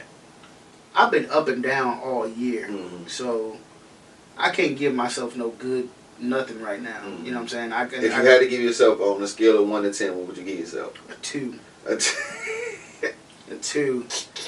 Give myself a 2. All right. I mean, So anything. What have you done physically? Period. Throughout the year. Just name something. I mean, whether you've been to the gym. Yeah, I've gone to the gym, gone walking. I think what if I'm gonna be real with you, because that's what we're gonna do on here, we're not gonna make excuses. You know what my year has been like with, certain relationships. We're gonna talk about that. Let me pour that. Yeah. Because that's a part of it for me. That's a part of what has. A part of it. Why you at a 2? Physically, you feel like you had a. That has choked my. It's choked my drive, but I can feel myself about to use it for good. It's just I was already low when it happened, and now I'm just dealing with my emotions, just dealing with the crying, dealing with the loss, dealing with all of the thoughts that I'm thinking about myself, and it hasn't given me the drive I need to just let go and get where I need to be in the gym. Now, there is a plan in place that I need to fortify myself with and commit to. But the only person that can do that is me. Right. I want to say something to you, and I'm not being funny. When I was younger, you remember how I was when I was younger, bro. I was cold. I was ruthless, dog. I wasn't a good friend to a lot of people. I was a good friend. Let me not say that. I was a hurt young man that just said whatever came to his mind. But a part of me was protective too. I was cold. I was ruthless. And before I get back to that, there's a part of me that does want to get back to that side of you, because you had a lot more drive. Because it was my drive physically, was dog. That drove you physically. From basketball to football, right, to anything. Right. That part of me. What? Mm-hmm. I'll destroy whoever. Yeah. I'm better than whoever. Yeah. Even if they was better than me. Right. I wouldn't, and I don't. I've lost that part of me. You're talking about something like that's what gives you confidence, right? So yeah. The things that you go through mentally give you confidence to perform physically. Yes. Right. And that has to do with all aspects of your body. If you feel like if you are going through something mentally, you don't want to even eat right. No. You're not even eating right. No. You're not even drinking enough water. I'm bad. I'm going and down. You don't feel like you're not sleeping right. Right? And if you're not eating right, you're not sleeping right, you're not going to work out. No. You're not going to want to. You're not going to perform in no matter what sport you in competitively. No. If you ain't doing them few things. And so I get exactly what you're saying, to connect, because that's why we are talking about mental and physical health, because they are connected. But right? what I'm scared to admit to you, a part of me is ready to go back to that. I just know, I know what's going to happen to me. And there's mentally. Yeah, there's aspects of my that natural go life back to. that I'm scared to. I don't want to be this cold. I asked God a couple years ago, Lord, don't make me into that bitter, nasty, mean man that doesn't have friends, that doesn't know how to relate to people. I don't want to be that guy. Yeah. I want to be the guy that has friends. But there's an aspect of where I was at when I was younger, man, where it didn't matter. Yeah. Yeah. I was using my hurt to fuel the fire. Yes, yes. Physically. Yeah. And I'm afraid to lock back in like that, because I know I know what I'm going to be, and I just don't want to be that to my friends. That's that's the disconnect that I'm having right now. Is that I'm ready to go back in that chamber. But Lord, please don't let my heart get cold to the people that I love. Yeah. Now help me just remember the people that I love now. Yeah. I don't want to be cold to people that I love. Yeah. At least let me be cold to the people who's left. Or you know, let me use that for something. You know what I'm saying? Right. Let me, but you know. Yeah, that's something. That's motivation. You know what I mean? That's something. That's a tool to use for motivation. Sometimes it can be something like, I've heard before that heartbreak gives us clear vision, right? I heard that in a rap lyric, and I've heard it other times too before, but that's similar to what you're talking about, right? Something you might be going through mentally, no matter what it is. Because if you're going through something that's good for your mental, that you're happy about, you're eating, you're drinking water, on a regular basis, you're getting sleep. And then when those things are happening, you feel confident about, I'm going to work out, or I'm going to play ball, or I'm going to do this. So the motivation is there and the confidence is there.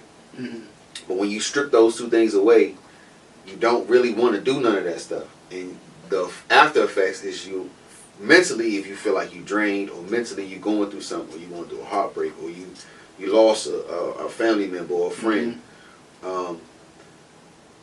those things chip away at your motivation and your confidence. And now you're at the point where you want to get, because you were hurt back then, it fuels a fire in you that's like, all right, I'm about to just pour my efforts into doing this physically.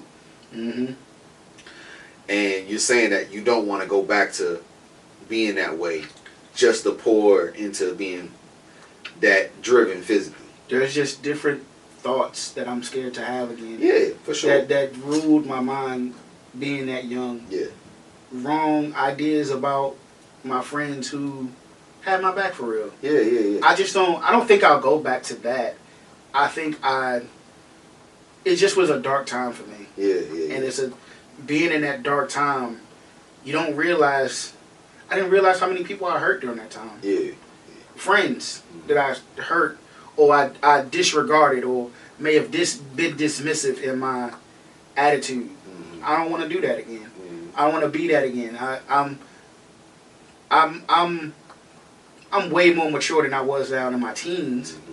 I think a lot of people who have been around me have seen my growth and understood that he's definitely not who he was at 15, at 39. Mm-hmm. You know what I mean? But man, there's aspects I miss about that kid that I wish I still had. Yeah. That is there. It's there. Yeah.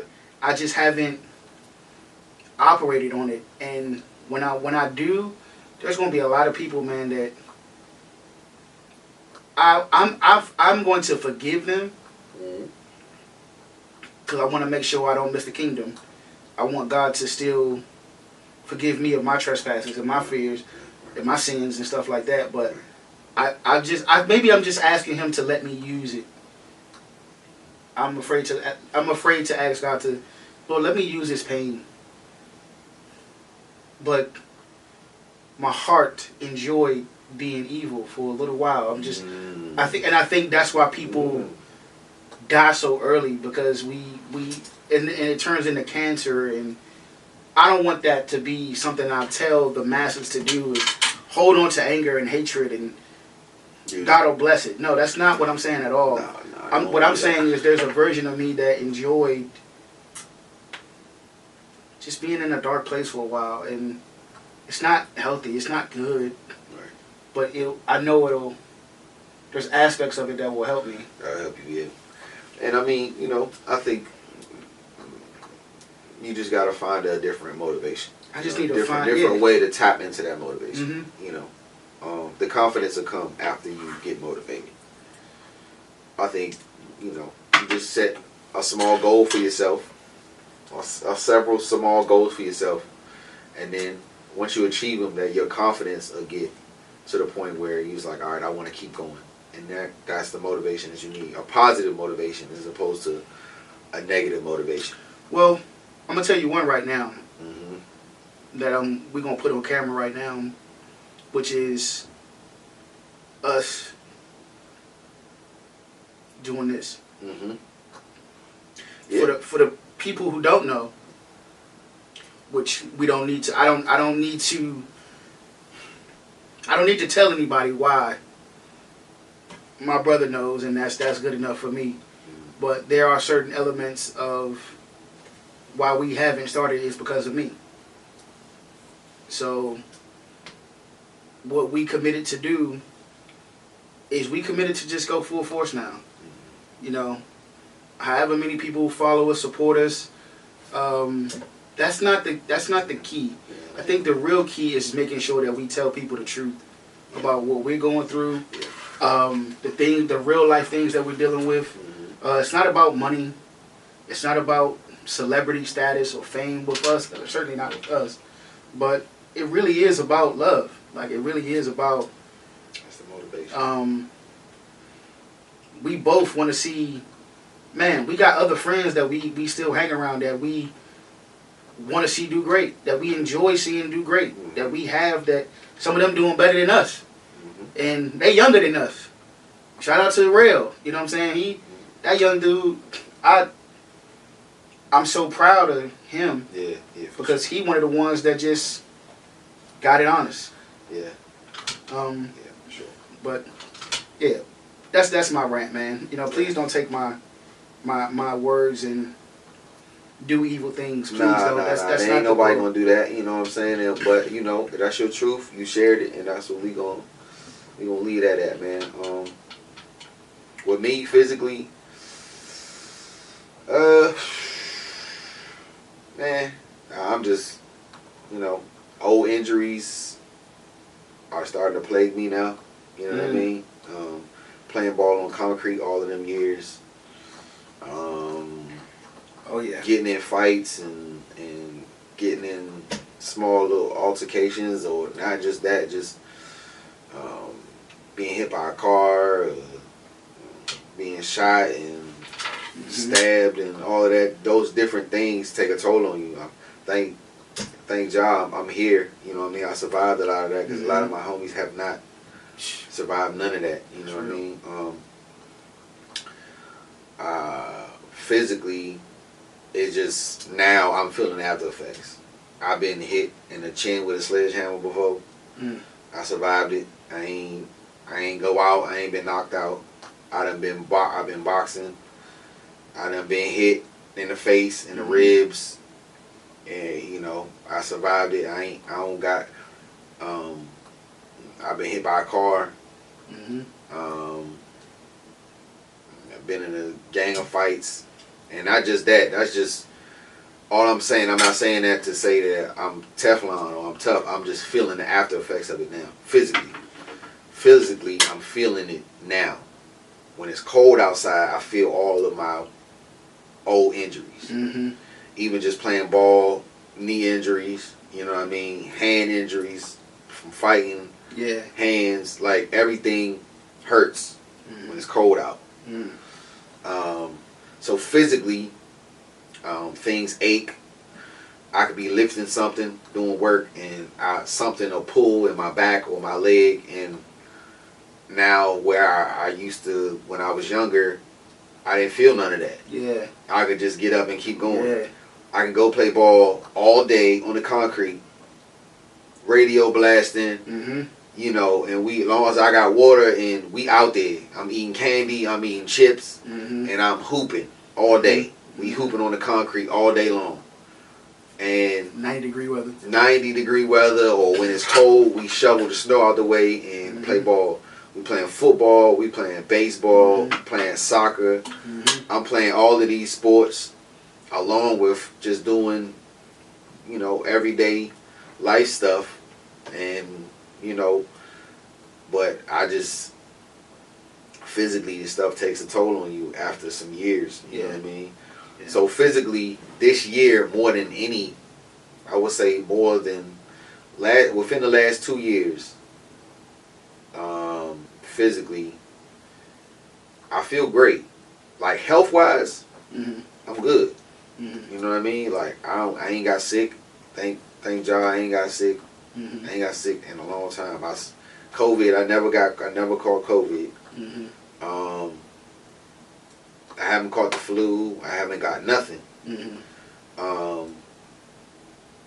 So thank God. I mean, you know, I got little physical issues. You know what I mean? Little health issues that, you know, that I ain't gonna disclose. But it's like, it ain't nothing that I'm worried about.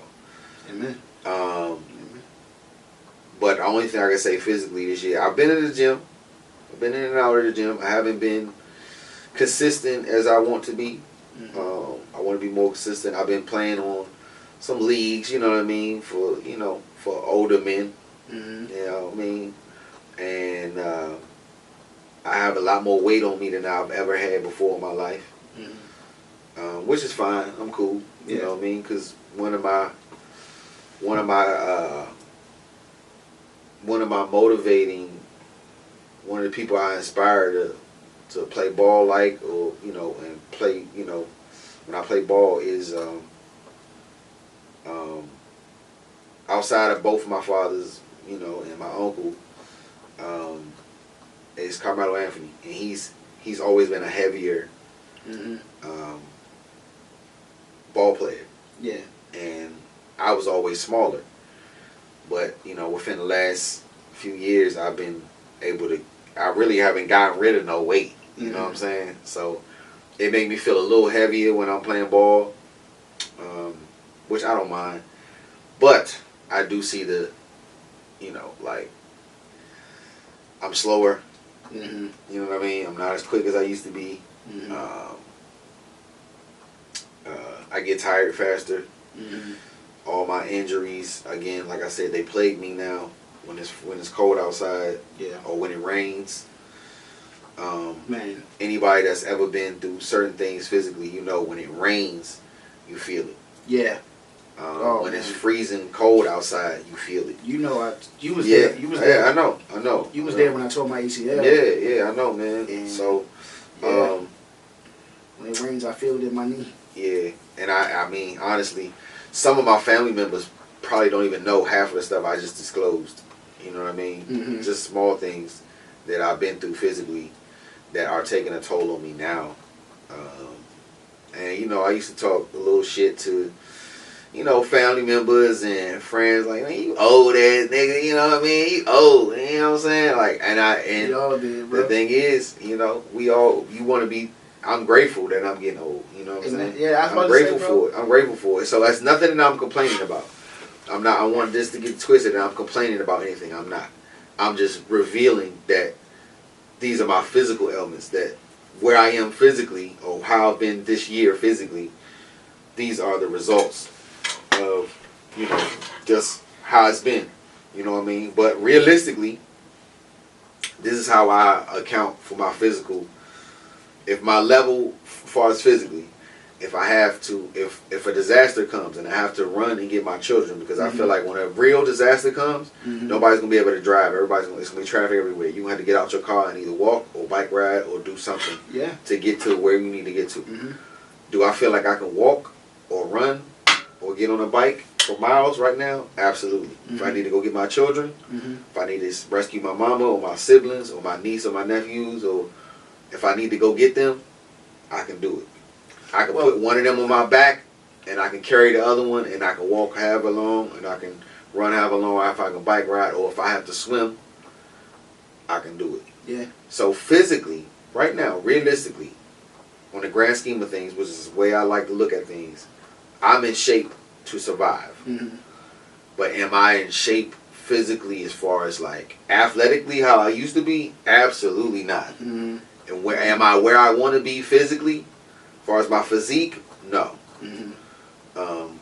But, you know, overall, hey man, we gonna get there, bro. Health wise, I'm alright. Hey, so we might as well put this on wax, man. You know, this time next year, where we gonna be? Man, shout out to my bro John Roski. I'm gonna be cut up like a bag of dope. You know what I'm saying? I'm gonna be shredded like an action figure out here next year. By this time next year, we gonna see. By this time next year, let me say, we gonna see. I'm not gonna say anything. Throw over ring. That's what I'm telling y'all. I'm gonna just go do the work. I'll throw over ring. Bad call. He loves his on my own music. You want me to put the hammer down? You know who Thor is? Y'all know who Thor is, right? Cool. Y'all know who Wolverine is. Cool. I'm a mixture of both of them. So if I'm black, that's it. Damn. Ain't no mutant like that. So on my own. Watch what's gonna happen. By this time next year, I'm be throw Wolverine out this joint. Shout out to all of the guys. You know, everybody that's getting themselves physically situated. You know what I mean? They in a place where they want to be and they continue to do it. I'm motivated by the same thing, man. Just seeing people. That's my challenge. You know, I feel like if I'm being real with you, nobody better not steal my Thor Marine shit neither. They gonna try, don't worry. But they won't. But I feel like this. I feel like I got all the other aspects of my life are pretty good, except that. And that's what you. So that's where I need to focus on. You know what I'm saying? That's why I need to focus on. And I mean, not just focus on for the wrong things, but it's to live another 40 years. Absolutely. That's the whole motivation behind it. You know, mentally and physically is to get yourself in a position where you can survive and continue living. You know what I mean? Because we can't, unforeseen circumstances happen before all of us. You can just randomly get in an accident, or you get, a random natural disaster come. And you just randomly catch pneumonia. Or you can randomly catch pneumonia. COVID. You can catch COVID or anything. Or you can catch anything. Or you might have some shit going on in your body right now that just ain't hit you yet. And so and I really want to You know, I want to thank. I want to send this moment out to my sister. I know my sister loves me, Cole. I want to thank you for cursing me out as much as you did a couple weeks ago. Yo, bro, she cussed me out. Got on your ass. When she found out, so I wasn't feeling well, and it was on her birthday, matter of fact. Right. And I called her, wished her happy birthday, and I'm talking to her, and she's like, bro, what you doing? I was like, yo, I'm on my way to the gym. I'm about to go to the sauna. I ain't feeling well, so I'm gonna go sweat it out. I'm gonna go sweat it out in the gym. So she was like, what's your symptoms? And I started telling her, she was just like, bro, that's not normal. She was like, well, you might have pneumonia. She was like, look, that's not going to work. You know what I'm saying? Like, you need to really go get some, like, real medicine, antibiotics, dog. Like, you know what I'm saying? So she cussed me out. She was like, you better not bullshit me. You better take your ass to the such and such and such and such. You better let me know what time you get there. Bro, I did exactly that. Yeah. Like, she made me feel so bad. Like, I'm talking about, like, she called me out. Like, she was like, yo, you better not bullshit me. Yeah. And when she said that, because I was about to bullshit her. I was about to be like, man, whatever. I don't know what you talking about. Nigga, I'm straight. What you talking about, dog? I was about to cold live turn off my car and walk slam in that joint. But when she said what she said, I was like, it's her birthday, and if I bullshit her on her birthday, I ain't shit. I was like, all right, sis, I'm on my way, and I'm gonna call you when I get there. Man, I let her talk to the nurse at the front desk. She was like, oh yeah, he's here. We got him. He's safe, you know. And she was like, thank you. You know what I'm saying? But I called her that night and I was like, thank you for telling me the real. You know what I'm saying? Telling me what to do. I feel way better now. I might be able to get some sleep. So shout out to my sister for loving me enough to curse me out, put me in place, tell me the truth about myself. I love you, Cold World, and thank you. Shout out to Cold World. Saving my life. And look, that's important, man. Before we segue out, it's very important to anybody that has any mental health or physical health things going on with your body or things going on with your mind or anything you're thinking or you're feeling. Just talk to somebody. Talk to somebody. Tell somebody how you feeling. Tell somebody what you're thinking. You need help. Get help. If no matter what it is, mentally or physically, if you need somebody to talk to, tell you what to do, tell you about how you know what you need to switch up your diet to get your health situated. Switch up your diet. If you need to drink more water, because a lot of y'all need to drink more water. Nigga, I'm one of them too. Yeah, exactly. That's why I looked at it. And I know everybody else in this camera who I was looking, and everybody in my family know. I tell you in a heartbeat. Want you to how much water have you drinking? Because you can stop yourself from having headaches if you have headaches. Headaches is a dehydration of the mind. I didn't know if you drink water, you can prevent yourself from getting a headache. There you go. So I'm just saying, an important part of what my bro host just said is listen to somebody that loves you, somebody care about you. If they're telling you something, they're not telling you something just because they're telling it to you. They're telling it to you for your benefit, right? If someone's telling you, hey, you know, you got this and this and this, what's your symptoms? Okay, even if they're not a doctor, if they're telling you, hey man, did you do this? Did you do that? Did you do this? And you saying, nah, I didn't do that. Nah, I didn't do that. Nah, I didn't do this. Okay, then that's probably what you need to do. And that's going to start to help you feel better. It's not a cure, but it'll help you feel better, right? And then this is what you need to do to prevent that from happening again. If someone tells you that, your friend tells you that, or someone you love tells you that, your family member, listen to them. Listen to them. And don't be ashamed. Don't be ashamed. Just listen. Don't be ashamed, dog. Just listen. Just do it. Or try it. Even if it don't help or it don't work right away, just try it. Just try it. And we can all, because that's a huge part of everything. All of us is to love each other and give each other advice and give each other knowledge to help us continue to live and to survive. So that's the point of this podcast. That's the point of us telling our family members and our friends, do this. try this. This will help you. So, you know, to help your mental and your physical health, if you need help, everybody need help. There ain't no if. Yeah. We all need help. Yeah. Talk to somebody. If you ain't got nobody to talk to, hit us up. Hey. You know what I'm saying? Hey. Find us. And there's millions of other people that you can do the same thing. Thousands of other people. But if you can't find nobody, if you feel like you ain't got nobody, you ain't alone. We got your back. Holla at us. And we on this journey together, man. Yes, sir. Like it's just a journey. You know what I mean? I think, man, the biggest thing, you're strengthened when you know you got people with you. Yeah. And I think we do forget there's always more people with us than against us. Next segment we're gonna get into. Let's get into relationships. We're gonna speak on relationships, man. So, Pay Comes with the Plate podcast. And we here. We about to get into these relationships, man. Look. So you started off. Now listen. We're not going to get into we're going to talk about specific relationships here. We're going to talk about not your relationship you got with your parents or your friend or your family or your children. We're not talking about your relationship. Let's say this first. I'm going to say this first. Okay.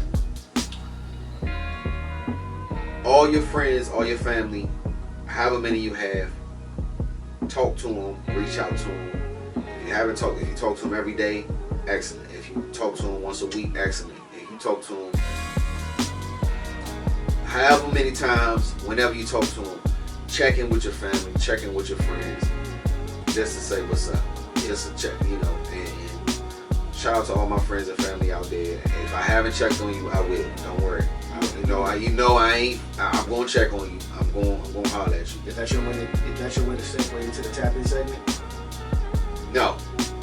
I'm just saying that just to say that this is the first episode. So in our relationship segment, we're not gonna be talking about those type of relationships. This is specifically about your relations with the opposite sex. Man. You feel me? Man. Not trying to offend nobody. You want to talk about that? So, now listen.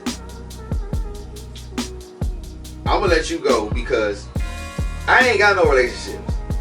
And I ain't been in no relationships. I've had situationships. Come on. Now, I can speak on those. Right. And I can speak on my experiences with women, which is what we're going to speak about in this segment. However, when it comes to relationships, we're going to ask a specific question because this segment, I know this topic can go forever, right? What we going to do, we're going to ask a question. All right, go for it. You know what I'm saying? And then we're only going to speak on it briefly. And then, we got plenty of other podcasts that's going to come out that we're going to talk about it some more. So I'm going to ask this first question. Okay. You ever been in love? Yes. You ever been in love before? I've been in love before, so I think. Right? Now I'm going to ask you, what made you know? You know it's hard for a player to admit that sometimes. But I'm going to spit that sometimes.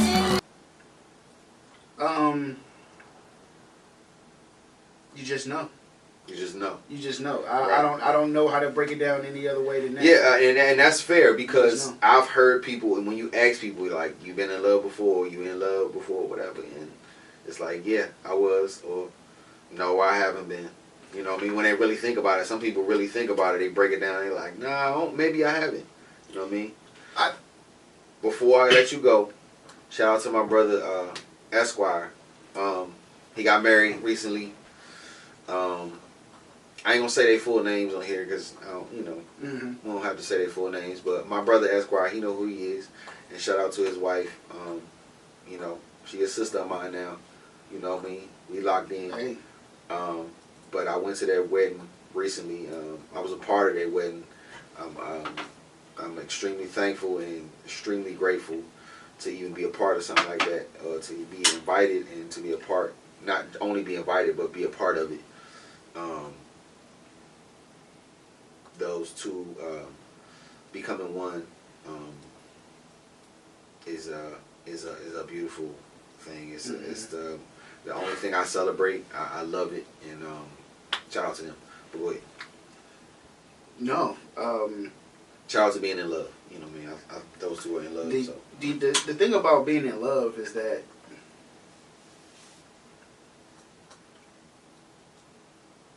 when they're gone, bro, it's man, it's hard to. I'm gonna say for us as men, I'm gonna just speak for me. It's so hard to recover. It's hard to recover, not because you need them.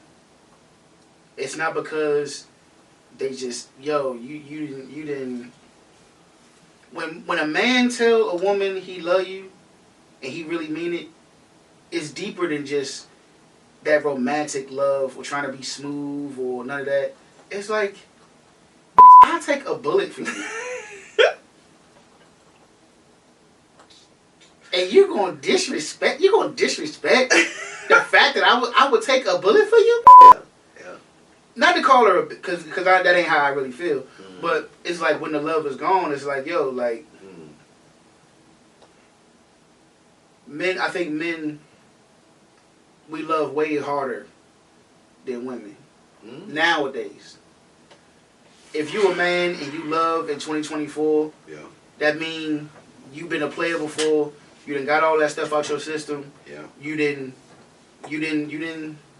play the field, man. You didn't have your fair share of women. I've had my fair share of women from my teenage years on up. So it ain't really about me playing. I really care now. You know what I'm saying? Like, if you catch me now and I'm with you and I'm rolling and I'm really rolling with you, I care now. You know what I'm saying? So it's different, man. You know what I mean? But when that, man, it's so hard to recover. Okay, so let me ask you this. So you was in love before. Yeah. Right. And you not in love anymore. No. Okay. What age was it? Now wait, before you answer that. The first time? Wait, before you answer that. I was about to say, if you don't want to reveal the age, because you realistically, it was only been, whoever she is, she's gonna know who you talking about. Well, it's only been. I'm fine with that. It's only been 3 times in my life. Okay, so you've been in love 3 different times. Yes. Ah, interesting. 3. 3 is one of my favorite numbers. Shout out to Allen Iverson, one of the goats. 3 times in my life. Okay. So you've been in love 3 times. Okay. Now we going throughout the duration of this podcast, because again, we are going to do this for ever. There we go. We're gonna do this forever. Okay. So we'll do this forever. I guarantee, I'm 100% sure that we are going to get into the details of those eventually. Yeah, eventually. Today is no names. We're not gonna give out everything, right? So just remember, audience, whoever it is watching, Lions, Tigers, whoever watching, my bro host has been in love 3 times in his life. 3 times. Now, I'm going to say this. You know, there are some people walking this earth who have been alive and have never been in love once. You said that before, too. Never been in love once. And they are yearning to be in love one time, just to know what it feel like. It's a great... all right. So right now, we speaking on a grand scheme of things, right? All right, grand scheme of things, all man. Right. You are beyond blessed, because there are people that's yearning to feel that, and you have felt it 3 times. I've been blessed. You know, I've been blessed, bro. Like for real. Like when you make me say the grand scheme of things. Yeah, when you think about it, I'm fortunate to say. Been in love 3 times. That my heart has been open to be fully in love 3 times. That's crazy. And it's been beautiful. That's crazy. Those 3 times, for real. That's crazy. But here's the thing. All right. I want to touch on. All right. It's been beautiful for me. I don't know if it's been beautiful for them. Right. Because they left. Right. Talk on it. You know what I'm saying? That's my thing. Wait. Talk to them. I ain't leave them. Okay, wait. Okay. So Even though it was flags, go for it. Let's unwrap this for a second. Talk to me. So, you've been in love 3 times. Talk to me. Yeah. The first time I was. She left. Yeah, I was in middle school. So you wasn't. Yeah, I was young. Okay. Look. I will keep it 1,000 with you. Talk to me. How in the blue hell can you be in love in middle school? All right, but let me tell you how. All right. Let me tell you how. All right. I thought this was God sent. I thought this was God sent. All right. All right. So real talk. The first girl I ever loved, or I saw myself like love at first sight. Yeah. Dog. So wait. Let's not go past that. So is love at first sight a real thing? It's possible. I'm not going to disrespect the people who have felt that before. Me, I felt that. Okay. Cool. I felt that. All right, go ahead. So I'm only going to speak on my experience. So love at first sight is a real thing. Yes. So nobody can say in the world to say that's not a real thing. It's a real thing. It's a real thing. Okay, go ahead. I think it's a real thing. Okay, go ahead. So the first girl I ever fell in love with, at love at first sight, she came to my school. I had the courage to ask her to this Valentine's Day dance, right? I waited to the end of the day where I knew I was going to kick it with her, knew I was going to see her. And I was like, before the day is out, I'm going to ask this girl. She the one, nigga. I had the courage to ask her to the Valentine's Day dance, bruh. As soon as I asked her, she said yes. I think I'm the man. I'm on cloud. Yeah, you up there. I'm up there, son. Yeah, confidence through the roof. Bro, the dance is tomorrow. And I watched her mom come transfer her out of school to another school. Right in front of me. Right in front of me, son. Right in front of your boy. I'm like, yo, you said yes. Like, you're not supposed to leave. You were supposed to go. Yeah.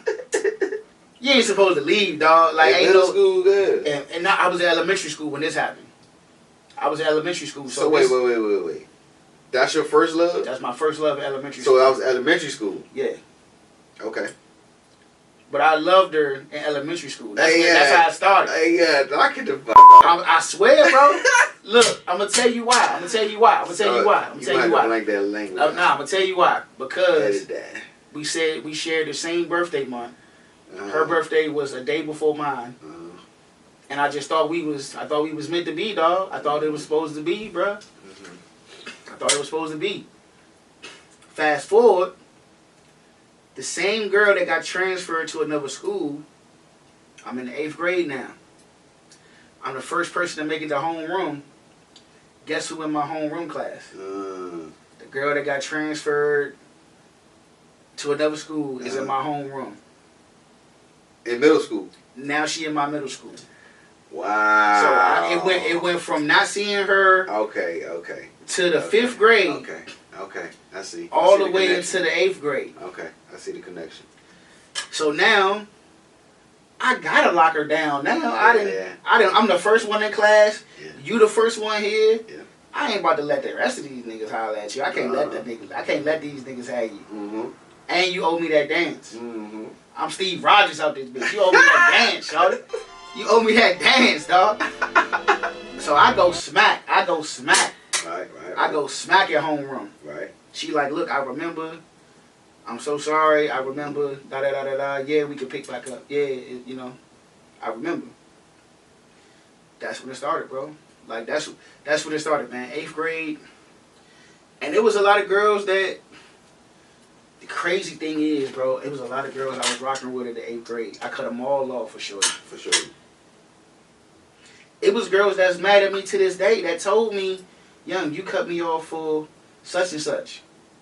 I can't believe you did that. I mean, I was like, young, to me,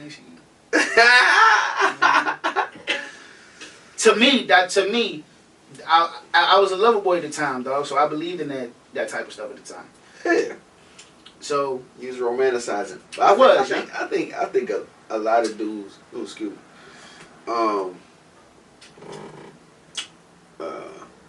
I ain't gonna say a lot of dudes, but for the most part, I think most dudes they romanticize romanticize about we somebody do. at some point.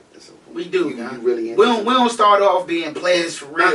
No. I mean, we do. No. But the idea is real players know. Shout out to all of the NBA, man. You know what I mean? All straight up. You know what I mean? NPA. You know what I mean? National Players Association. I'm a veteran, retired veteran.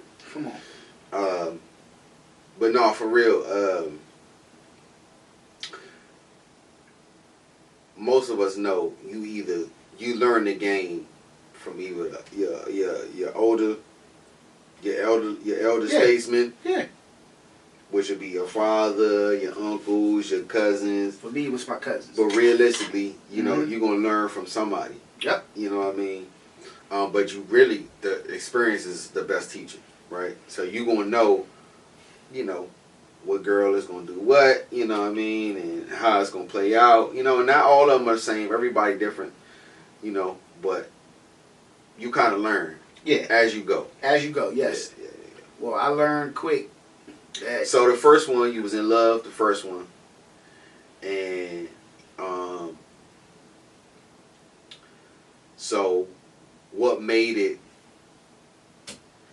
go left? What made the first one go left? Me moving. Okay. So me coming down there with y'all. The distance. Yep. Okay. That's what started it. Right. But what really, now that I'm older and I got the truth. Yeah. I got the truth about what really happened. Yeah. What really did it, because we in high school now. Okay. So now she got the older guys hitting on her now. Oh yeah. She got the older attention niggas with y'all not going to the same school. And she know I'm about to move. Right. So she know I'm about to move, so know I ain't about to be there. Right. And then she got her buckethead friend in her ear that had a crush on me. She ain't never tell her best friend that. Ooh. And I ain't never put her out there like that. But I put her out there today. Ooh. I remember you had a crush on me. And I ain't holler at you because, We're going to talk about that. We're going to talk about it another time. We going to, but she knows who she is. We're going to tap I know who you is. We'll tap in another time about friends, getting with, She's sweetheart now, though. Okay. If I met her today, that's my dog. I would probably have You talking about the friend? The friend, yeah. Okay. She ain't mean no harm. Okay. For real. She's just being whatever. Being what? I ain't gonna say the because word. All right, you don't want to say the word, but let's be real, ladies. She was being one of them girls. If you got a friend that'll sleep with your man or mess with your man, or not even sleep with. We not even gonna go that far because we talking about right now. We talking about elementary school, middle school, high school. So it ain't none of that. You know, we talking about before high school, realistically. Yeah. So we not encouraging none of that. Any of y'all kids or youngest that's in middle school, elementary school, stay away from that sex. You know what I'm saying? Leave that alone. Right now, you should just be writing letters and going on little dates and doing fun stuff. Doing fun stuff. Talking on the phone, especially now. Y'all got cell phones now. Y'all don't even flirt no more. Yeah, y'all don't even do none of that no more. But write letters no more. Leave all of that extra shit alone. You know what I mean? For the adult, leave that to when you get married and be an adult. But for right now, if you got a little boyfriend or you got a little homie you talk to, and you into him, and then you got a friend that start talking to the same homie after y'all start talking. So let me clarify that. She had a crush on me before my shorty got there. All right. She just ain't. I ain't find out about it till later. Right. So a couple of my friends was like, "Yo, she used to have a crush on you, and she was scared to talk to you." Da da da da da. And I was like, "Oh yeah." So that's how I found out. Okay. So when I found out, I was just like, "Yeah." So now you gonna sabotage my relationship with my shorty just because I ain't know? Yeah. Because I ain't know. Is she friends with the girl? She best friends with the girl. No. Best friends. Yeah, with she the girl. gotta sabotage it. So she can't let that rock. She can't let that rock. She can't. Man. She can't let. If she want to be with you for real, but she best friends with this girl, and you with the best friend, she can't let that rock. And I ain't know. Right. I didn't know. Because she ain't say nothing. That's a part of being honest. You ladies got to start being honest. Yeah. You need to tell your friends, say, look, I'm into him. I've been had a crush on this nigga. You know what I'm saying?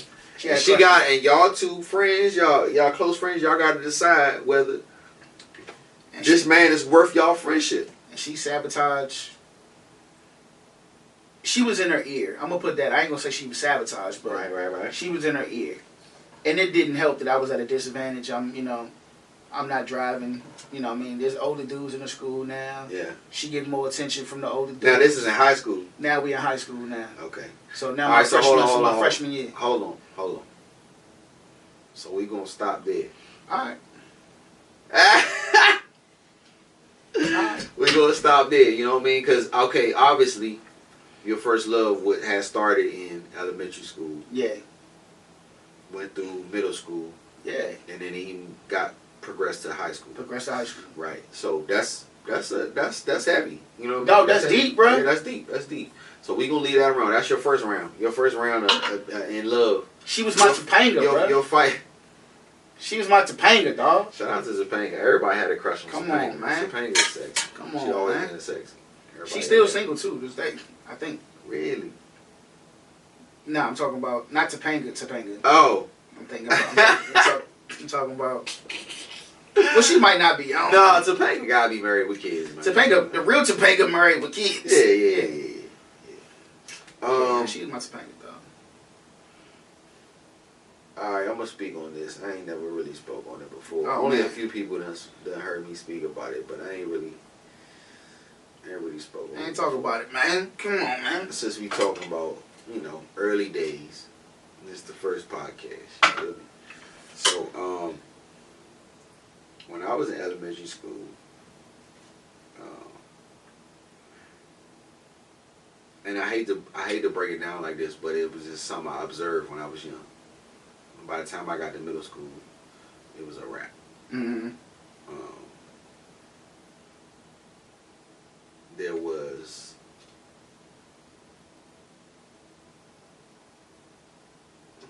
do I want to use flavors or I just use nationalities? There was a black girl. Mm-hmm. It was a Caucasian girl. Okay. Right. Flavors. Yep. Yeah. There was a Hispanic girl. Mm. And there was an Italian girl. Mm. All four of those. Right. Now I'm gonna say I had a crush on a black girl. Mm-hmm. She was athletic. She wore the short shorts. She was pretty. Mm-hmm. She was cool, you know what I mean? And I don't think nobody could whip her. Realistically. She had them hands. I feel like she did. I ain't see her getting no fight, but I just feel like she, nobody could really. Only hands. Yeah. She was the prettiest one out of all the black girls. You know what I'm saying? Really, she probably was one of the prettiest girls in the school. I give her that. Okay. I had a little crush on her, right? Mm-hmm. But she never paid me no mind. She didn't give me no attention. Because I was a quiet nigga in school. I was cool with everybody, but I was quiet. Mm-hmm. The Caucasian girl, white girl, she had very pretty eyes, blonde hair. She was athletic. I used to play all the sports in elementary school. I played soccer. I played basketball. I do track. I had been boxing already. So I could do jump rope. I could do all of that. You know what I mean? Everywhere. I could do all of that. Athletically, I could do everything.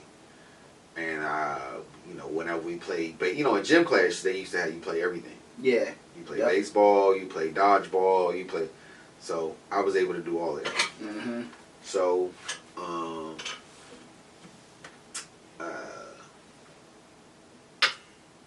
the white girl with the pretty eyes and the blonde hair, I had a little crush on her too. Mm-hmm.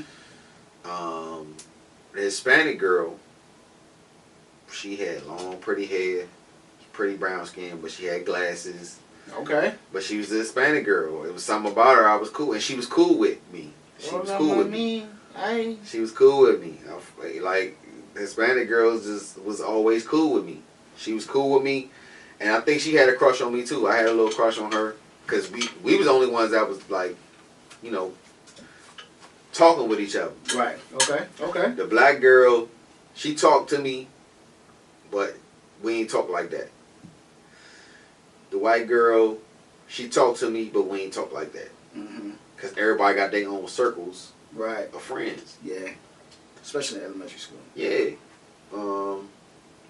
Now, Italian girl, she only had probably 2 friends, I want to say. And she spoke to me, but I didn't pay her no attention. And I didn't have a crush on her, but I just knew she was pretty as shit. She had these beautiful eyes, but she had braces. You know what I mean? Long, pretty hair, but she was very pretty. And so I had low-key crushes on all 4 of them. Right? 3 of them, really. I didn't even really have a crush on an Italian girl yet. And this is the reason why I'm explaining this, because the black girl, it's fucked up to say. Excuse me. It's kind of messed up to say, but it's the truth. The black girl didn't show me no attention until I got new shoes. I used to wear just regular clothes to school. I wasn't tripping off material stuff. You know what I mean? Like, and not to real talk, my parents provided me with clothes, but it wasn't like, you know, it wasn't something crazy. It wasn't crazy. You know what I'm saying? But I always had nice clothes, clean clothes, all that.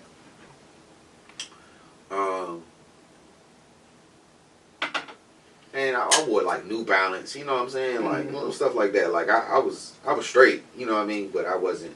You basically. I ain't have no crazy like Jordans, you know what I mean. Like it wasn't like that. Right. Actually, I wanted Iversons. But it wasn't until I got, I think I got some new shoes, and that, along with, she was friends with all of the black girls. And shout out to my teacher, my science teacher at the time. I think it was science. Anyway, I remember her name, and I'm going to say her name just because her name was Miss Conway. Oh my God. She was this beautiful light skinned woman. She was brown skin. I'm gonna say because I don't like saying light skin because that's not a color.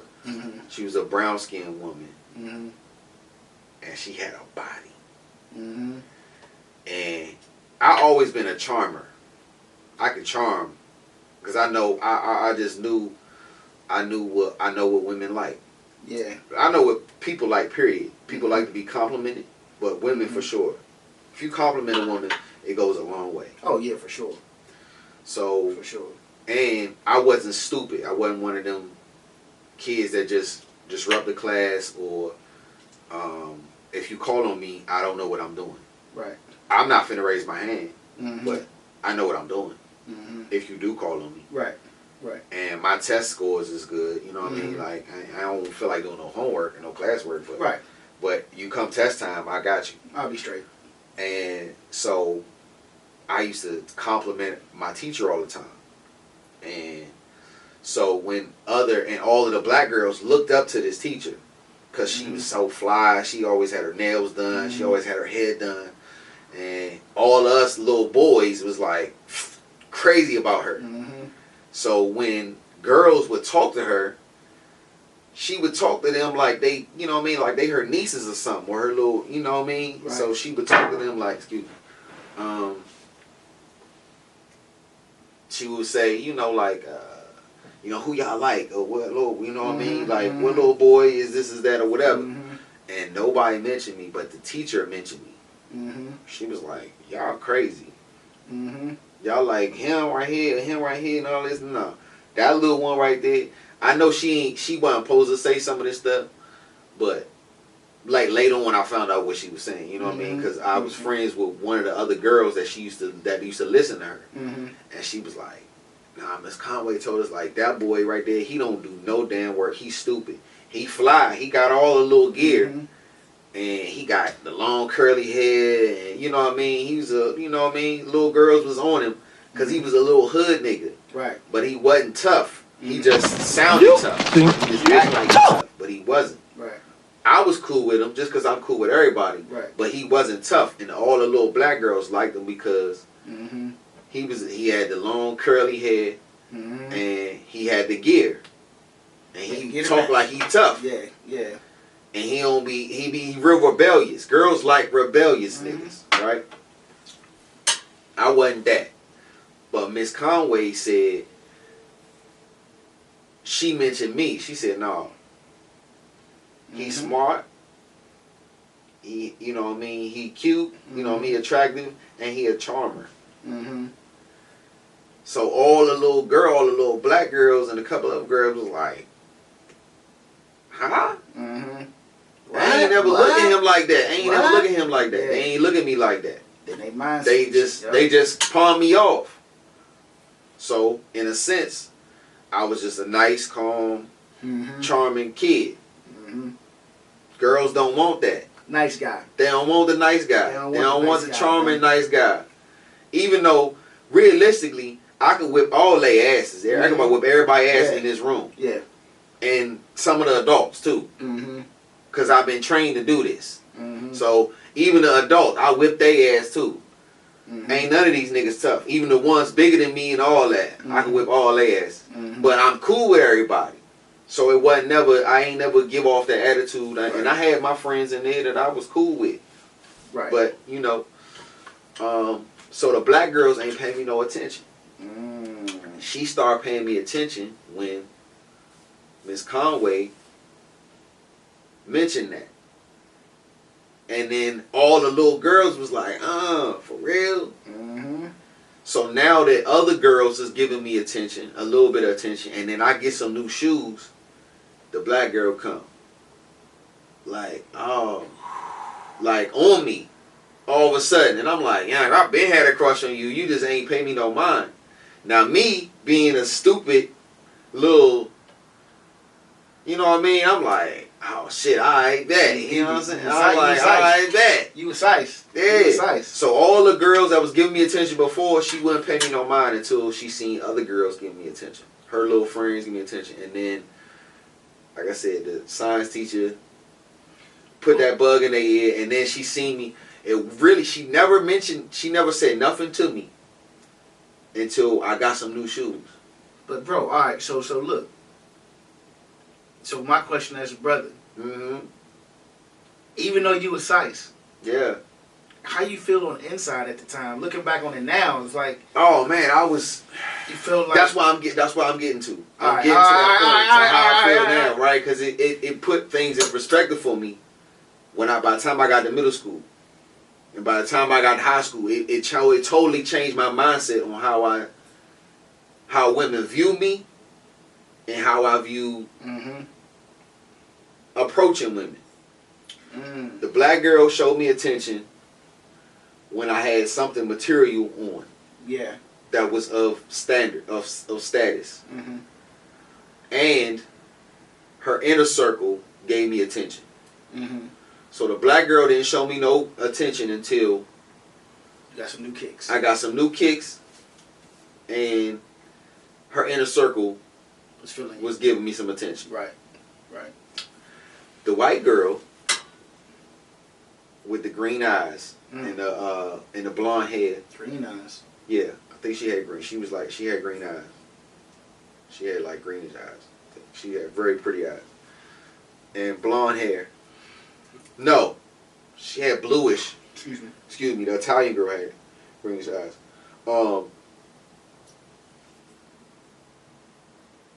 Let me speed it up. She had the blue-eyed blonde white girl. She thought out. I think she gave me attention. She was cool with me. But she didn't show me a little boy that she liked.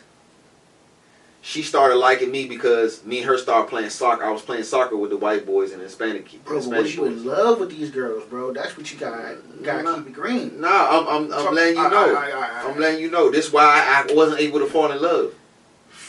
This is a part of it. And I'm going to tell you who I fell in love with. Now, I didn't fall in love with her. I ain't even going that far to say I was in love. But I'm going to tell you who I fell for.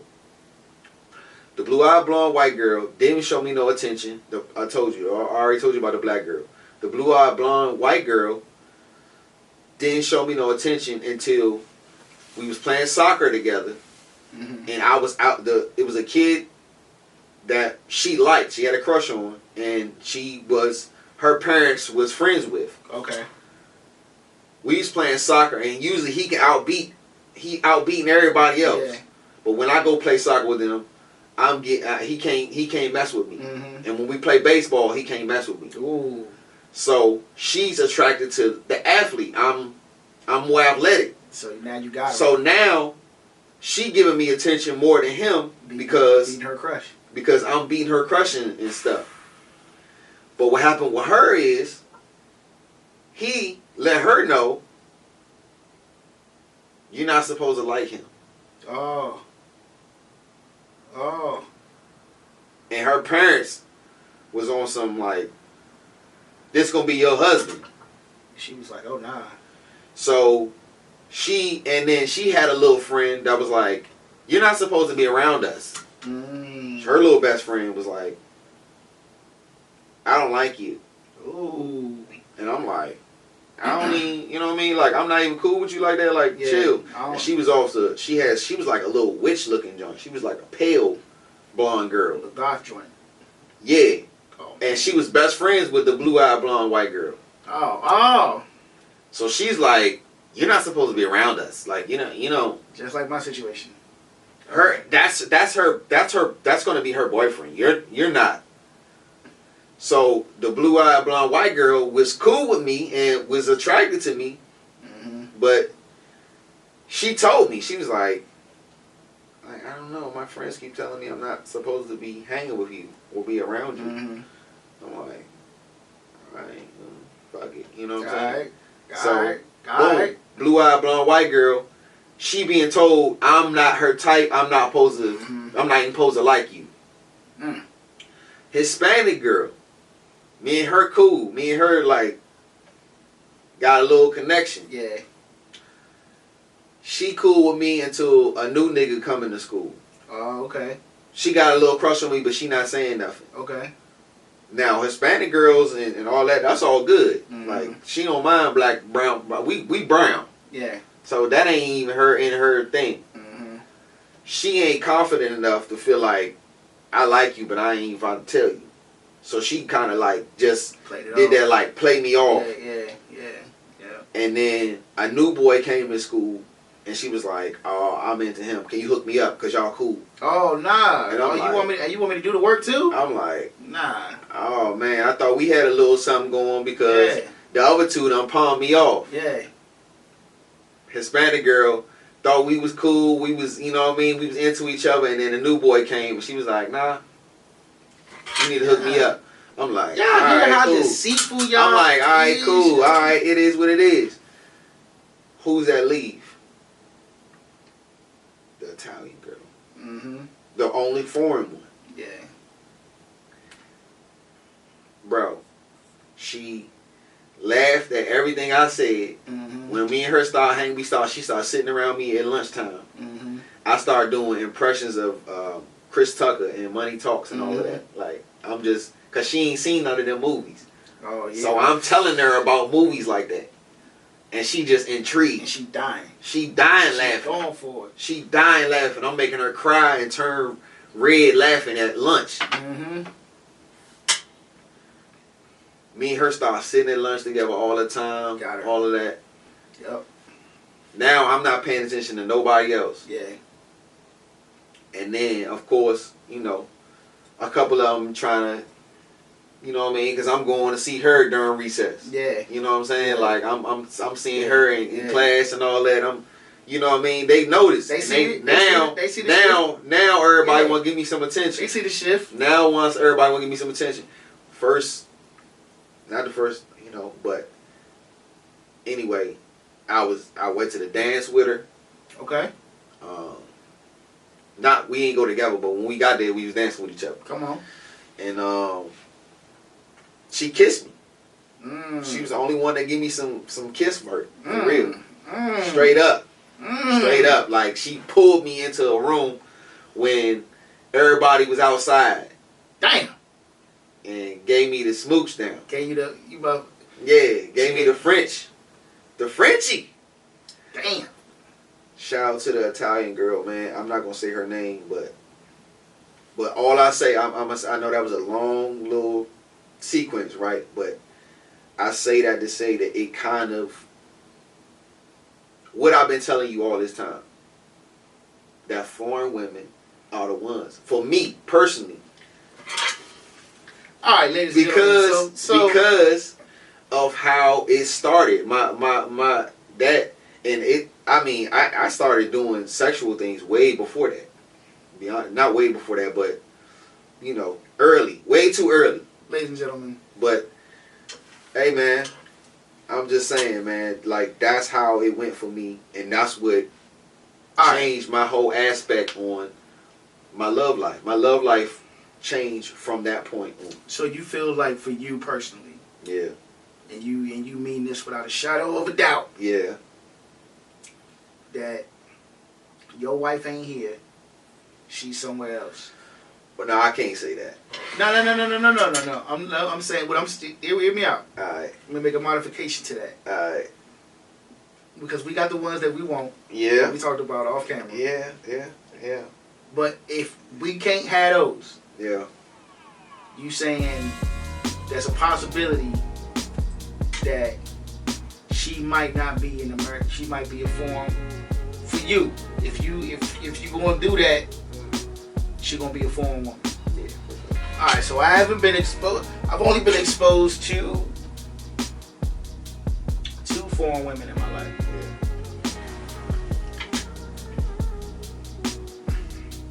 Yeah. If I had enough time, I could have fallen in love with this one, because I already loved her, but I ain't fall in love with her. Yeah. Because she left. Yeah. She left. I'm not going to say her name. Like, we're not going to say no names. No, we're not saying no names. Even if we do say names, we're going to blank them out. So, yeah, I ain't going to hear them. But y'all know who y'all are.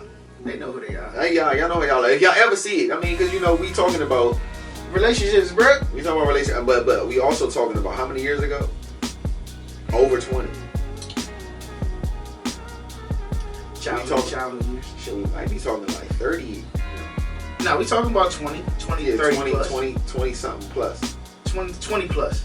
Yeah. 20 plus at least. 20 plus. Yeah, 20 definitely 20 plus. 20 plus. Nigga, because it's 2024. 20 years ago, nigga, I was graduating high school. Facts. 2004? Yeah. Yeah, I was graduating high school. Yeah. 20 years ago for me, I was, yeah, long time. Shit. So, yeah, it was definitely, it's been more years than that. So, 30. Nah, flat out. I mean, I started young, so it was 30. I wasn't 8 when all of that was happening. I mean, I was a young player, though. I was... Elementary school. I mean, that was elementary school, what I'm talking about. So, yeah, possibly, it's 20-something plus. But either way, even if they... man. The more the story is, young, we got a lot more to talk about. But you know what I mean? What you saying is, she gonna be overseas somewhere. Possibly, yeah. The possibility, if it's a big if I want to get married, if I get married. I don't know if I want to now. She's a foreign woman. I'm not gonna say she's overseas, but she is of a different nationality than mine. I don't say that. I don't necessarily know if I want to now. Yeah, I ain't gonna lie. I've been thinking about the same thing, man. Like, but there are certain factors that, it's a lot of factors that go into that, you know what I mean? But there are certain people that you can say, like, right now,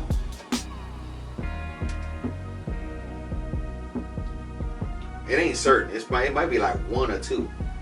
It's only that you say right now on this planet, if I. Yeah. Right. Yeah. Yeah. We'll get into that another time, man. That was a relationship don't segment. make me No, we gonna get into that right now. So